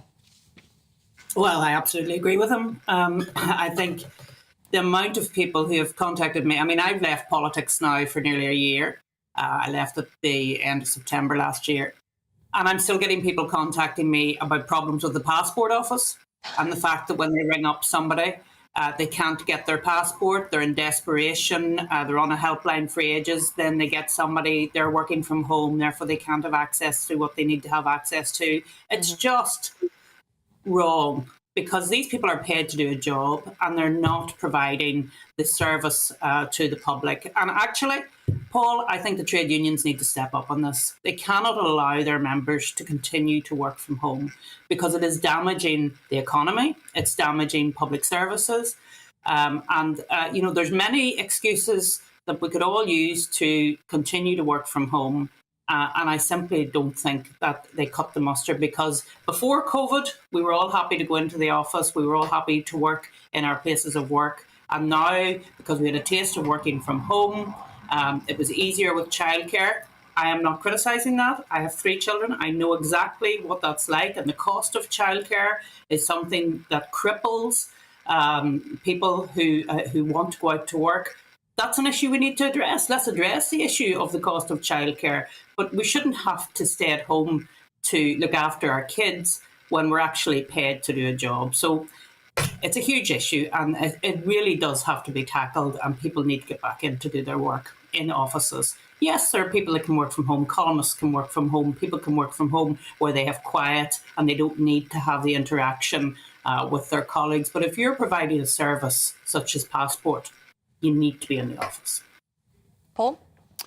I mean, I agree in part in the sense that where it's clearly having an impact on service delivery, and I think unquestionably in some industries, in some services, in some institutions, that is the case, then I think we do need to say, look, people should be in the office. If it's a fact that people are having to wait for hours on the end of a phone, or they turn up at a particular office and there's nobody there because it's not being staffed appropriately, and the service is declining as a result specifically of working from home, then I don't think it would be reasonable for anyone to say, well, we're going to carry on doing it anyway. But I don't think necessarily that question should be an ideological one. I think it has to be a practical one. I think where an organisation is able to deliver the same level of service as a result of people having the ability to work from home, then I don't think necessarily we should say, well, you're not going to do it anyway, the kind of dog in a manger approach. That's the way I think, that's the most reasonable way to look at it, I think. And Paul, what else did you make of Jacob's interview there? Well, as you can imagine, I'm not the greatest supporter of Jacob Rees-Mogg or his ideology. I mean, we did share the same view on Brexit because I'm a Brexiteer, but not necessarily, well, not at all, in fact, the same vision of Brexit. I suspect that Jacob Rees-Mogg is one of those people who talks about global Britain in terms of, you know, untrammelled free trade and would like to see Britain as a kind of Singapore on Thames country. My vision of Brexit is something that's completely different. It's about about Britain being able to subsidise manufacturing. It's about Britain being free of the suffocating Stability and Growth Pact. It's about Britain finding resources and investing them in the real economy, the productive sector, rather than just concentrating solely on finance capitalism and the city, which would obviously be much more Jacob's view of things. So for me, Brexit was just a path to something much better in the future, but certainly not the sort of society that I think Jacob Rees-Mogg would like to see. Well, send us your views. What did you make of that clip of the interview? If you saw the full interview, what did you think of it? Get in touch, gbviews@gbnews.uk. Well, the Labour leader, Sir Keir Starmer, is expected to call for the energy price cap to be frozen this autumn as part of a plan to deal with the cost of living crisis. The cap, which is the maximum amount that suppliers can charge customers in England, Scotland and Wales, is currently £1,971 a year, but experts have warned it could climb to around £3,500 this year. Arlene, do you think that this is the right solution? Well, of course, we in Northern Ireland don't have an energy price cap. We have a regulated industry, which, frankly, isn't great either, because we're seeing that costs go up all of the time because the utility regulator, after consultation, is deciding that because of where we are with our security of supply issues and indeed the mix of issues, that she's allowing these prices to be increased. So we have a different system here in Northern Ireland, but both of the systems are out of kilter at this present moment in time because of the energy crisis that we are currently in. So I can understand why particularly a Labour politician would ask for the cap to be kept in place over the winter time. But I mean, we will see energy companies going out of business, and I think that was referred to earlier in the programme. And then people will have to change their suppliers in any event and have to go on to a much higher tariff when they do that. So it's not going to solve the problem, certainly. But again, it's about having these discussions to try and deal with the position that we find ourselves in, a position we find ourselves in because politicians wouldn't take long-term decisions. And you're right, Deanna. It's something that we have all fallen into, but in energy policy in particular, you have to look 20 years in advance, not 5 years in advance, and therefore we're in the position that we're in because of that. Absolutely. Paul, what do you make of Keir Starmer's kind of, well, he's finally intervened in this because it feels like for the last few weeks he hasn't really been saying very much on the cost of living. Do you think he's being imaginative enough, or does Labour really need to give themselves a shake-up to come up with some proper solutions? Certainly need a big shake-up, but I think he's right on this particular issue. I think that, you know, it's a no-brainer for me that we have to call for a freeze. As I said earlier in the show, we're getting to a situation where people are going to be allocating 2 months' worth of their annual salary simply to pay in energy bills. That's the situation we're going to find ourselves in from October onwards. You couple that then with a recession, you couple that then with increasing inflation, and possibly to counter that, wrongly in my view, the central bank is likely to put interest rates up even further. What's that going to mean in terms of people's mortgage repayments and so on and so forth? And we are in, I think, a bit of a tinderbox situation in this country. I mean, I don't think it's a stretch to say possibly a situation like the early 1980s when we saw riots in some of our cities, in Toxteth and Handsworth, for example, and in Brixton, where people were in a similar situation where many people were living in poverty. And we saw, you know, Thatcher came to power in '79. She implemented a particular economic policy which pushed unemployment through the roof. There was lots of despair. There were people struggling to make ends meet. There was a lot of deindustrialisation. And people won't put up with that forever. They will kick back against it. And I think we're in the danger zone in terms of that we may see something like that in the coming months. For me, Deanna, the simple thing is that we should take energy into public ownership. Why should we necessarily be talking about caps in this sense? For me, something as vital as energy should be democratically controlled and publicly owned. It should be nationalised. I think there are some things that you do leave to the market, rightly. I think there are some things that you shouldn't leave to the market. And I spotted actually a tweet this morning from Dan Hodges, the commentator for the Mail on Sunday, who we've had on the show previously. And I think he was right. He said, if the major private utilities are unable to provide basic services to their customers at a price that is affordable, they should be brought under public control. Not handed subsidies, not bailed out. If the market fails, the state should step in and replace it. For me, that argument is sound and it's absolutely right, and that should be done, I think, sooner rather than later. Arlene, it looks like you want to come back in briefly. Yeah, no, I want to come back at a couple of things. First, you were asking what practically can we do. I think government needs to look at energy efficiency, needs to look at a system of rolling out insulation to badly insulated homes. We need to be looking at what we can do practically, not just for the immediate couple of months, but actually for the next couple of years, because our energy efficiency is really, really poor. To Paul's point on nationalisation, I think it would just make the issue worse, frankly, because of the inefficiencies that would come about.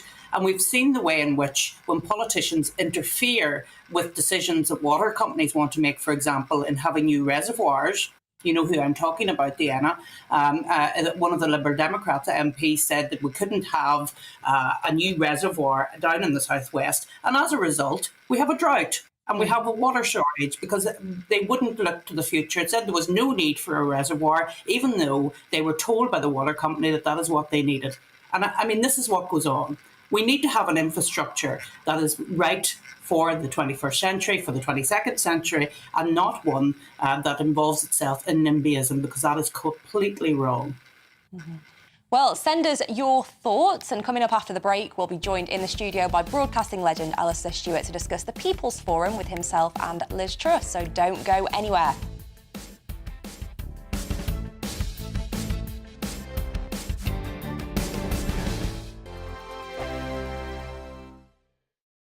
Join my show Farage, 7 p.m. till 8 p.m. Monday through Thursday. And there you will get opinion, analysis, debate, and I'll cover stories that nobody else dares to touch.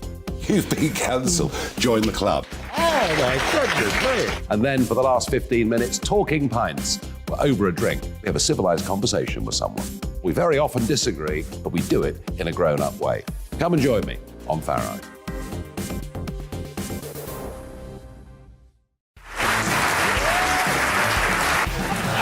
My name is Andrew Doyle. Join me every Sunday evening at 7 p.m. for Free Speech Nation. This is a show where we address current affairs and news stories of the week with the help of two wonderful comedian panellists. I brought in comics because I want to give it a lighter edge, and also they work for less. See you there.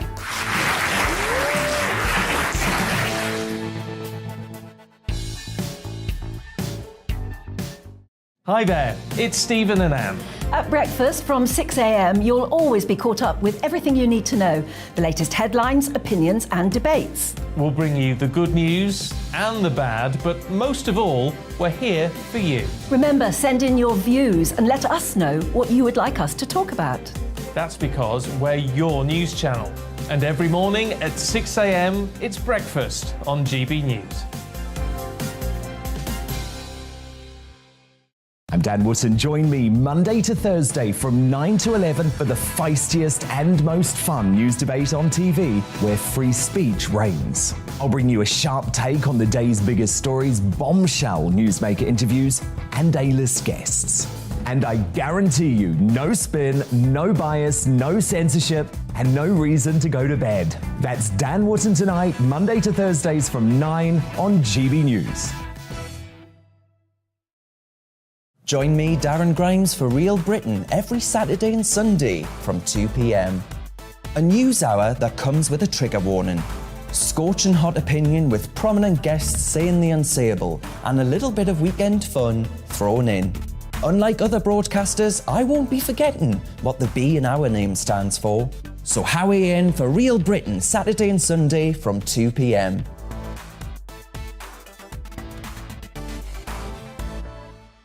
Hello, I'm Michelle Dewberry, and you can join me every weekday 6 till 7 on Jubes and Kerr. Me and my panel will get stuck right into the day's events, and I can tell you, in fact, I can warn you, expect some robust debates, some strong opinions and perspectives from both sides of the fence. It's about you at home as well. I love to read out all of your comments, or at least as many as I can. So join me, Michelle Dewberry, Monday to Friday, 6 till 7 on Jubes and Kerr.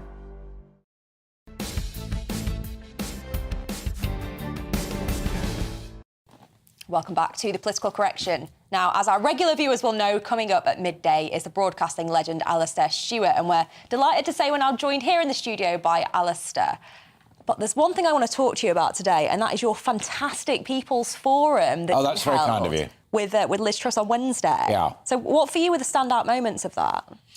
The standout moment, in a sense, is how we did it and how she was happy to do it and how the very good people of Lee and elsewhere engaged in it, in the sense that it wasn't me doing a one-to-one interview. It wasn't a muddled mixture of audience questions and me trying to do an interview. It was straightforward, me acting as a kind of referee, a moderator, but allowing people who'd sent in their questions either direct to us at GB News or via the mail. We worked in conjunction with them as well. And I think we had about 15, 20 people in the audience who got to ask a question, and then half a dozen more at the end who came up and had supplementaries. So, as it were, the structure to me was the standout moment, but within it, it allowed real candour on the part of the public, and I think on the part of Liz. I mean, at one point, there was a brilliant woman who asked a question about how you put together a top team. And she was a trainer, a headhunter, recruiter, a woman of great experience. And Liz was very honest about it. And I just popped in and said, you've got two chums of mine, Tom Tugendhat and Penny Mordaunt, have come across from being opponents to one side. But what about Kemi? And she put the hand out to Kemi, and lo and behold, the next day, Kemi said, yeah, I think I probably could. The other thing was Truss's candour. Because I get really fed up with politicians, your lovely self included, although I've never, ever known you to do it, and that is to be evasive and try and duck the question. I like someone who either says, yeah, I'm going to do that, or no, I'm not. And there was a lot of that from Liz, I thought, at the People's Forum. One standout example was where the WASPI woman went for her really powerfully on... We played one of those clips earlier on our show, right, actually. OK. Yeah, well, yeah. I mean, and you can argue it either way, but they are genuinely aggrieved, articulate and feel powerful about it. And Liz said, no, we have looked at it. It wasn't handled well, but that's the decision that's been taken. It's about demographics. It's about levelling up between men and women and pension rights. Whereas on the war widows, which, again, she's looked at before, she, on the record, said, that one I will look at again, because I think that is something that we could possibly do something about. So I thought her candour was terrific. And the final point was she took one ticking off from me extremely well, which is also a sign of a really grown-up politician. And that was the point about, we'll have tax cuts on day one. And I simply reminded her that, but actually you can't do that, because you have to have a new budget, which is a new finance bill, and first reading, second reading, committee stage, House of Lords, all the rest of it. And she acknowledged that, and she said, yeah, OK, by April, then the tax regime will have changed. She can do other stuff in between. So a great event structurally, and we're hoping, fingers crossed, that Rishi Sunak's gang will come on board and we'll do one with him as well. Alistair, but candour. How comfortable, in your experience, are modern-day politicians with direct interaction of that kind with the public? Because I think years and years ago, when we didn't live in the age of spin and where things were stage-managed as they are now to within an inch of the politician's life, you would see politicians go out on the stump, old-style politicians, Healy, Enoch Powell, Tony Benn, being heckled, interacting directly with the public. We don't see politicians really being prepared to do that, especially during election campaigns now, do we? Because they think they put a foot wrong, it's going to be all over the papers, they eat a bacon sandwich the wrong way. Are they comfortable these days with with that direct contact. I mean, I do think your first point is absolutely on the money, and that is social media has made them. That's why I said to Deanna about the candour of Liz, is that they are terrified of putting a foot wrong. But the other thing, which is heartbreaking for me, is that it is still security as well. I mean, the idea of Speaker's Corner, Tony Benn used to love doing that. Wilson was absolutely brilliant at a big public meeting with trade unionists as well, and taking it on the chin and arguing and tussling, and security is a real problem for them. And if I can repeat one of the points I made to Deanna I'm not overselling it, and that is what I think the genius of the People's Forum as a structure was that got pretty damn close to saying, OK, here's a woman who wants to be your next Prime Minister, whether you're a Tory supporter or not. And here's 70 people in the audience. We got open microphones, we got boom microphones. Off you go. Yeah. And it worked. Yeah. And I think it's an interesting sign that those who are really good at it, and of course there is the man whose name we keep repeating, Boris Johnson, who was an absolute master at it. And I've been on Abingdon Green outside Westminster interviewing him, and one of those London open-top buses go by, and you get more volume from, hey, Boris, what have you. Yeah, he loved the public, and he was very, very good at it. There are not that many, I agree with you. No. There are not many characters around, I think, who can interact with it seems to me that actually politicians these days, no offence intended, Deanna, but by and large are very robotic, aren't they? They often read from a script. They follow the party message, whereas previously you had much more independent... But do you know, it's fact, you'll shout at us when we're talking to you, but interesting, I had a call from a researcher the other day doing a programme about the winter of discontent when I was an industrial correspondent way back in the ITN days. And one of the issues that cropped up then was actually the calibre and charisma of the trade union leaders, people like Hughie Scanlon at the Engineers, Jack Jones at T&G. I think Bickerstaff had just started in the public sector, Newpie. But these guys, Mick McGahey was an even bigger character than Scargill was at the NUM. They were huge characters. They took the public on. They could give a great public speech. And nowadays, you know, you're hard-pressed, apart from Len McCluskey for arguably all the wrong reasons, hard-pressed to name an awful lot of charismatic trade union leaders. I think a lot of trade union leaders are what I would call mouthpieces these days for the London liberal class, whereas I think in days gone by, they had done those manual jobs, they'd worked in the docks, they'd worked in the steelworks, whatever, they'd had that experience themselves, whereas... There was an intellectual depth as well. There was an intellectual depth. Many of them went to Ruskin College in Oxford, whereas nowadays, I think, you know, they just simply don't have that level of experience. Well, Alistair, just tell us, if people want to catch up, if they want to watch the People's Forum, they can do so, can't they, on the app? Yes, no, we put it straight away on YouTube, so it's there.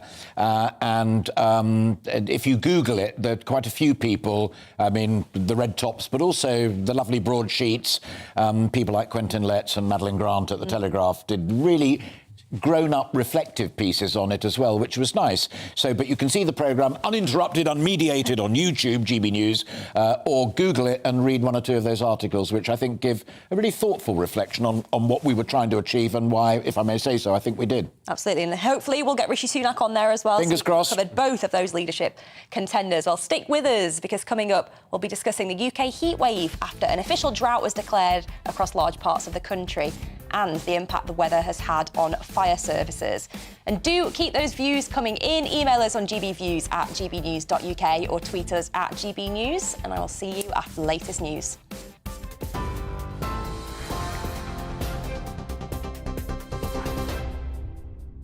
It's coming up to 11:36. I'm Rhiannon Jones in the GB newsroom.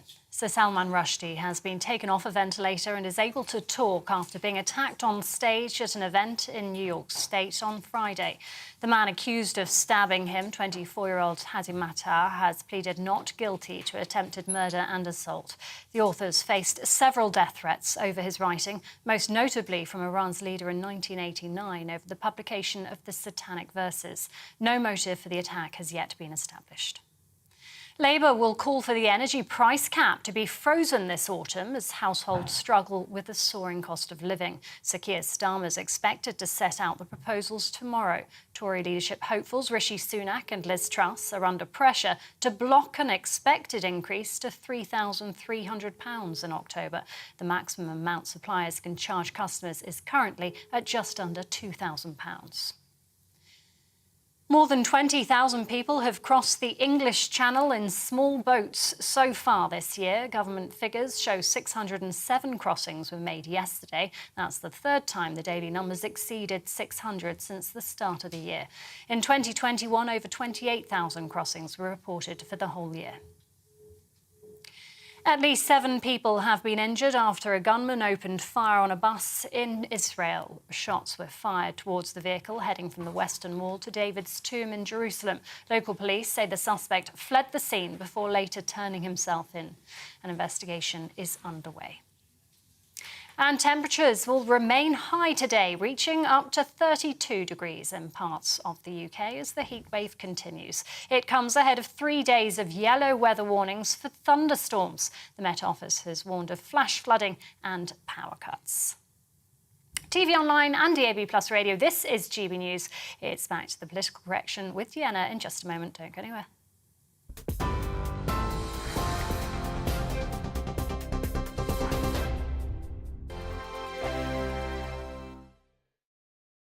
Join my show Farage, 7 p.m. till 8 p.m. Monday through Thursday. And there you will get opinion, analysis, debate, and I'll cover stories that nobody else dares to touch.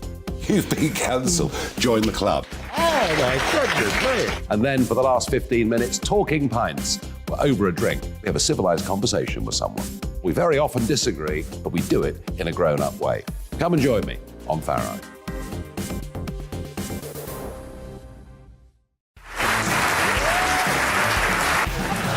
My name is Andrew Doyle. Join me every Sunday evening at 7 p.m. for Free Speech Nation. This is a show where we address current affairs and news stories of the week with the help of 2 wonderful comedian panellists. I brought in comics because I want to give it a lighter edge, and also they work for less. See you there.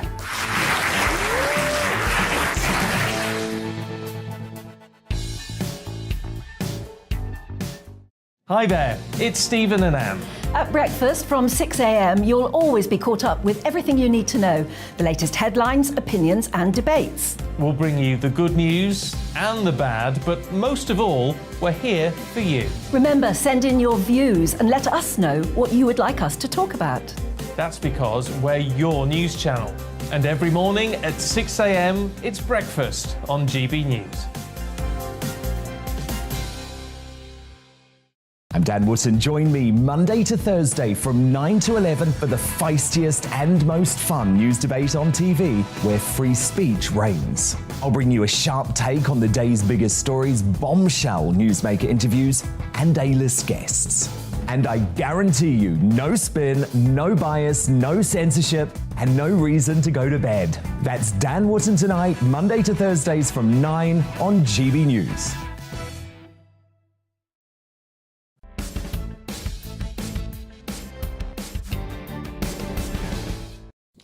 Welcome back to the Political Correction, and loads of you have been getting in touch throughout our show today. Loads of views coming in. I think we've all got some to read out. We've got Lyle here talking about energy to begin with, who says, I'm wryly amused, or perhaps even more annoyed than usual, that Greg Hands is now talking about energy security. He's obviously a net zero believer and made that clear.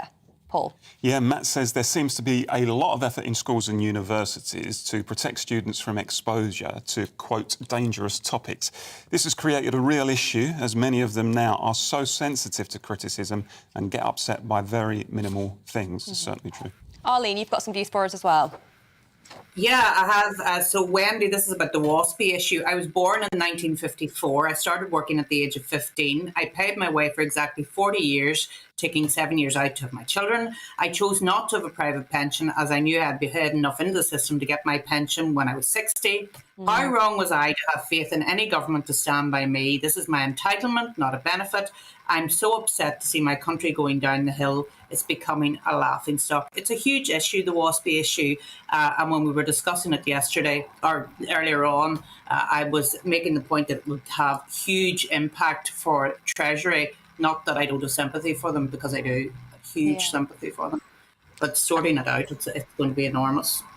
Absolutely. On some of the other issues we've been talking about, we were talking about the rail strikes, which Paul was getting very riled up about as always. But we've got Malcolm here who says, while I agree that times are hard for everyone, when I see news reports of transport workers saying they cannot manage on their current wages, I really think they should start re-evaluating their lifestyles. I'm a key worker for my local county council, whose job is no less important than those of the striking workers. Yet my wage of £20,000 per annum falls short of what they're already getting. Am I worth less? Because that's what it feels like. I mean, I would say to Malcolm, look, I completely sympathise with his plight, but it shouldn't be a race to the bottom. It should never be a race to the bottom. It shouldn't be somebody saying, well, I earn less than you, therefore you shouldn't earn a decent pay increase. You know, we should all be as badly off as each other. I think we can support the likes of Malcolm, who do a good job and are not very well paid, as well as rail workers, who are not all train drivers, by the way. Many signal workers and office workers and cleaners who are on much lower wages. We've got one from Greg, who says that Liz Truss does not have a clue and will put this country into serious chaos. And Michael says that Jacob Rees-Mogg is the best Prime Minister we never had. He would tie Starmer up in knots and he would be fantastic on the world stage. I think they'd be pretty surprised and shocked by Jacob Rees-Mogg on the world stage if he ever appeared on it. And then we have one in from Pat's on the story about James O'Brien saying that his job's tougher than manual labour. Pat says, come and work a shift in a care home. That's hard work. Indeed. We've got time for a few more, Paul, if you want to go down a couple more. Yeah, we've got Tabitha. I hope I've pronounced that name correctly. I'd like to know where Deanna, you can answer this question directly, got her beautiful top from. It's gorgeous. I must say it's the right colour. Deanna always looks better in red than she does in blue. I prefer wearing red. Tabitha, the honest answer is I've had this for a very long time. I can't remember. It's a dress. It's very summery. And very comfortable for wearing right here in the studio, but thank you very much. And Arlene, have you got a few more for us? And where did you get that lovely jacket, Paul? I think, no, I'm going on. Andy says, it seems to me that if politicians had focused 100% on the looming energy crisis and inflation instead of Partygate for the past year, then we could have avoided this situation. So it's about priorities, and I totally agree with him. Well, thank you as always for sending your views in. This show would not be the same without you having your say, and we really do appreciate it. But now it is time for our very own Aidan McGee to have a shower. Not what I expected to say when I got here this morning. Now, it's not because he needs it. In fact, there's a genuine reason why we're getting him wet today. GB News presenter Paul Hawkins will tell you why.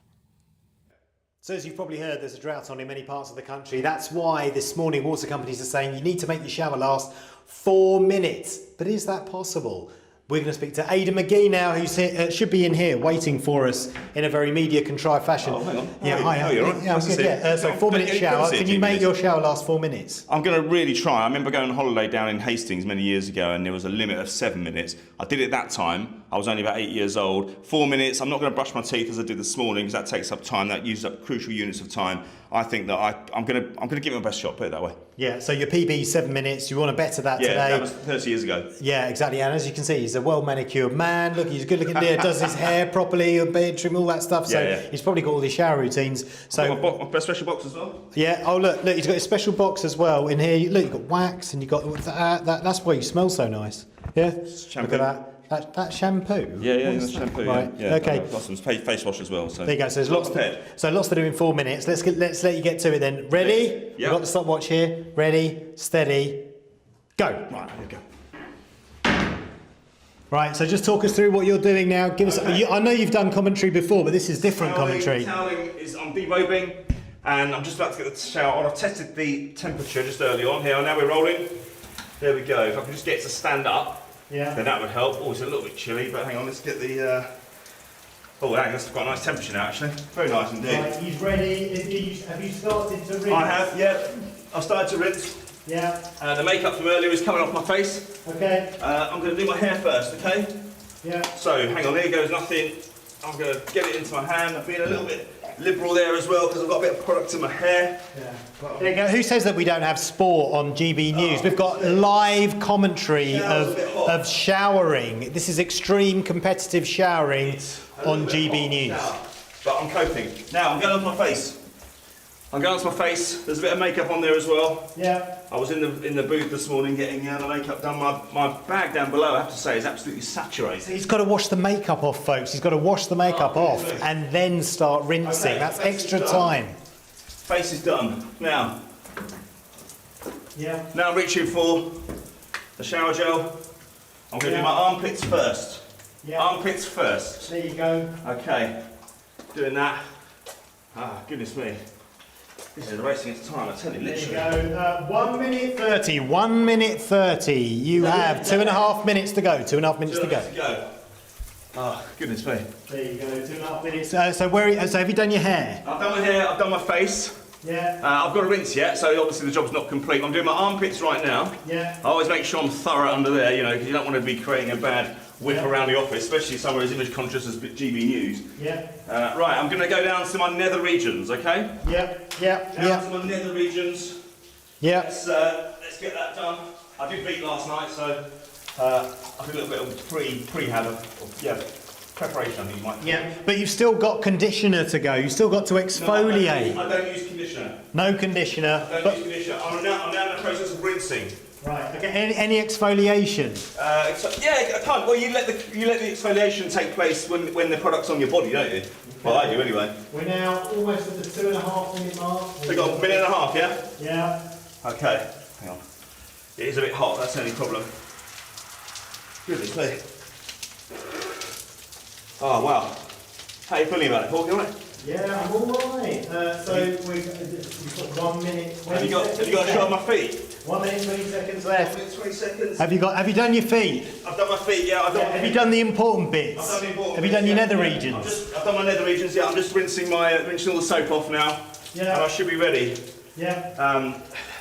1 sec. Let me just. Right, I'm going to turn the shower off. No conditioner, folks. No conditioner. No conditioner. Right. How do I turn the shower off? Right. I've done it. Right. I'm putting the towel around me. Okay, he's putting the towel around him. He's turned off the shower now as well. We can stop the clock now. Is he going to come out of the shower? And there, Wow. 3. Do you want to hear your time? Go on. How do you think you did? I reckon I came in at 3 minutes and 41. Better, actually. 3 minutes and 18 seconds. 19 seconds. 3 minutes and 19 seconds. In your face, 4 minute shower. No, you're not dreaming. You did just witness that. And right now in the studio, we're joined by Aidan to talk about his experience of taking a sub 4 minute shower. Well, I was surprised. I mean, when I was set the target of 4 minutes, I remember going on holiday to Hastings as a child, and there was actually a limit of 7 minutes in that shower, and the water just goes off after 7 minutes. I remember I got through that when I was a child. You're Knocking a brave man. 3 minutes off that, I think, is a tough ask, albeit it's kind of 30 years later. But to come in at 3:19, I'm really impressed at. I think lots of people around the office should possibly try it. People are always accusing us of being in our Westminster bubbles anyway. Well, for someone who takes such pride in his appearance as well, that must have been a real challenge for you to get. Oh yeah, definitely. Yeah, well, it was a bit. I mean, Paul was helping because he had the timer outside. Yeah. But if I'd just done it, I wonder where you were going with that then. Yeah. No, I felt that I was against the clock. I did rush things a little bit. But that was my second shower of the day, so I'd feel guilty because I did waste a bit of water because I had one when I came out this morning. I was on at 7:20. I went downstairs for the shower. I had to make sure I impressed Paul and Anne as well, do a good job for them.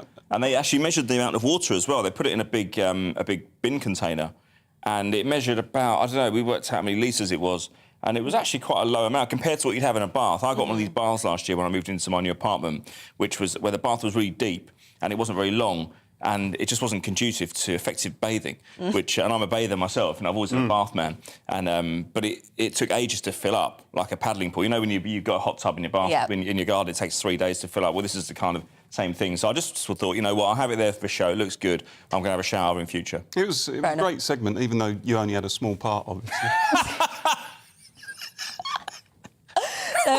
I think you've left your Old Spice in there as well. You might want to go and retrieve it. Well, Paul, you're laughing, but it's your turn next week See if you can beat Aidan's record of I'll 3 be in there for more than 2 hours of the show, trust me.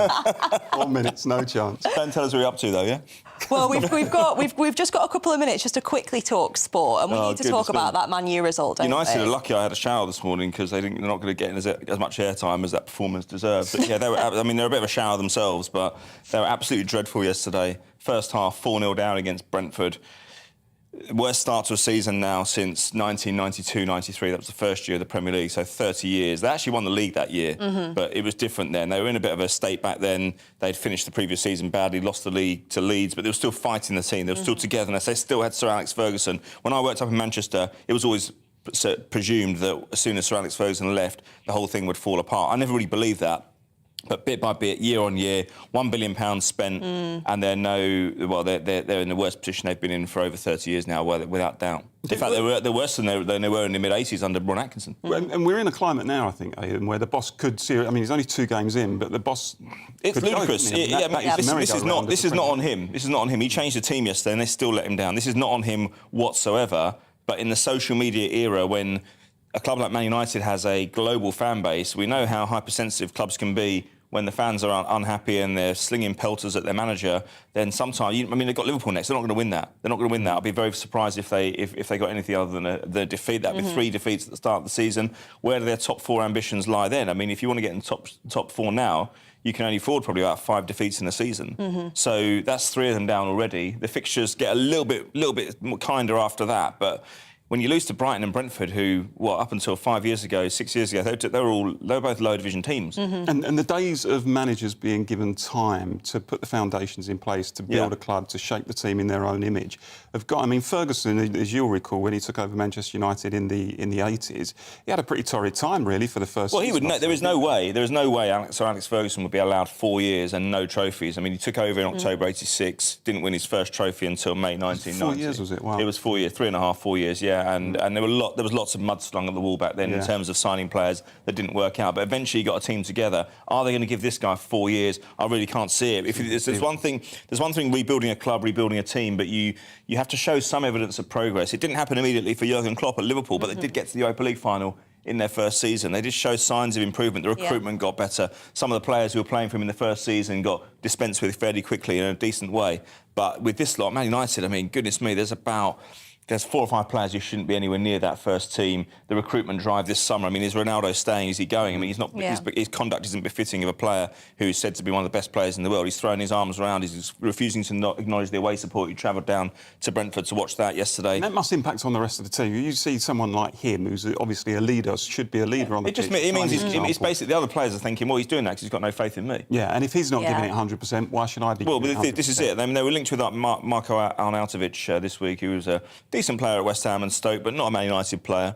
They pulled away from that because of the universal ridicule they basically received over it.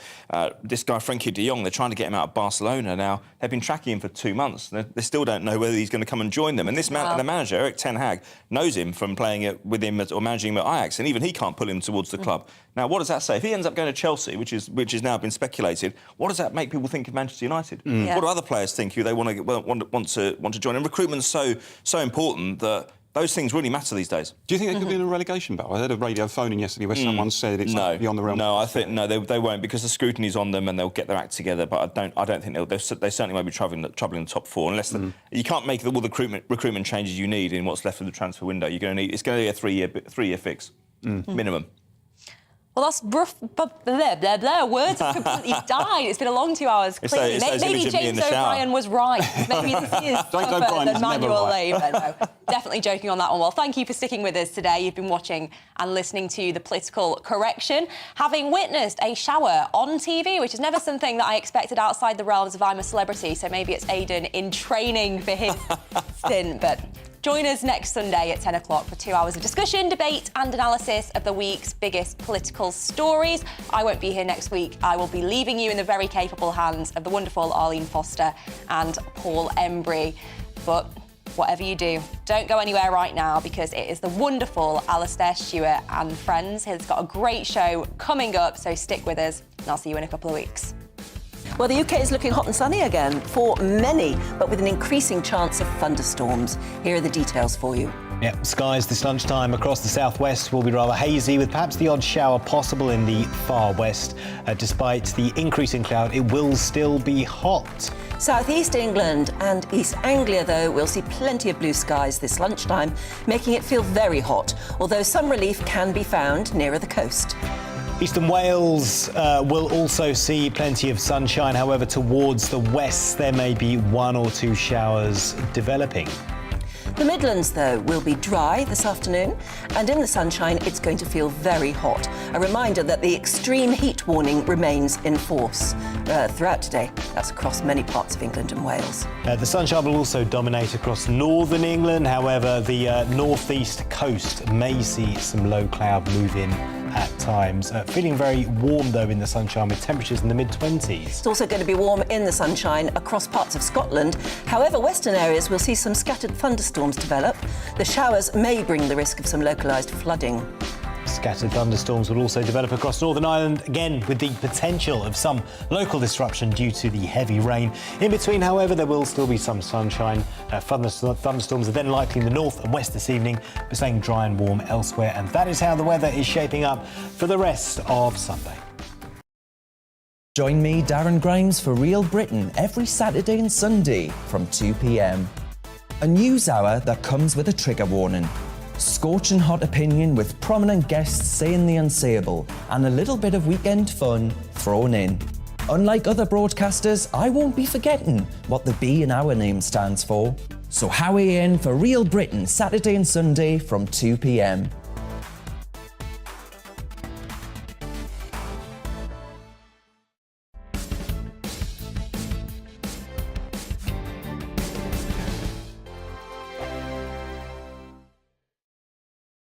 Join my show Farage, 7 p.m. till 8 p.m. Monday through Thursday, and there you will get opinion, analysis, debate, and I'll cover stories that nobody else dares to touch.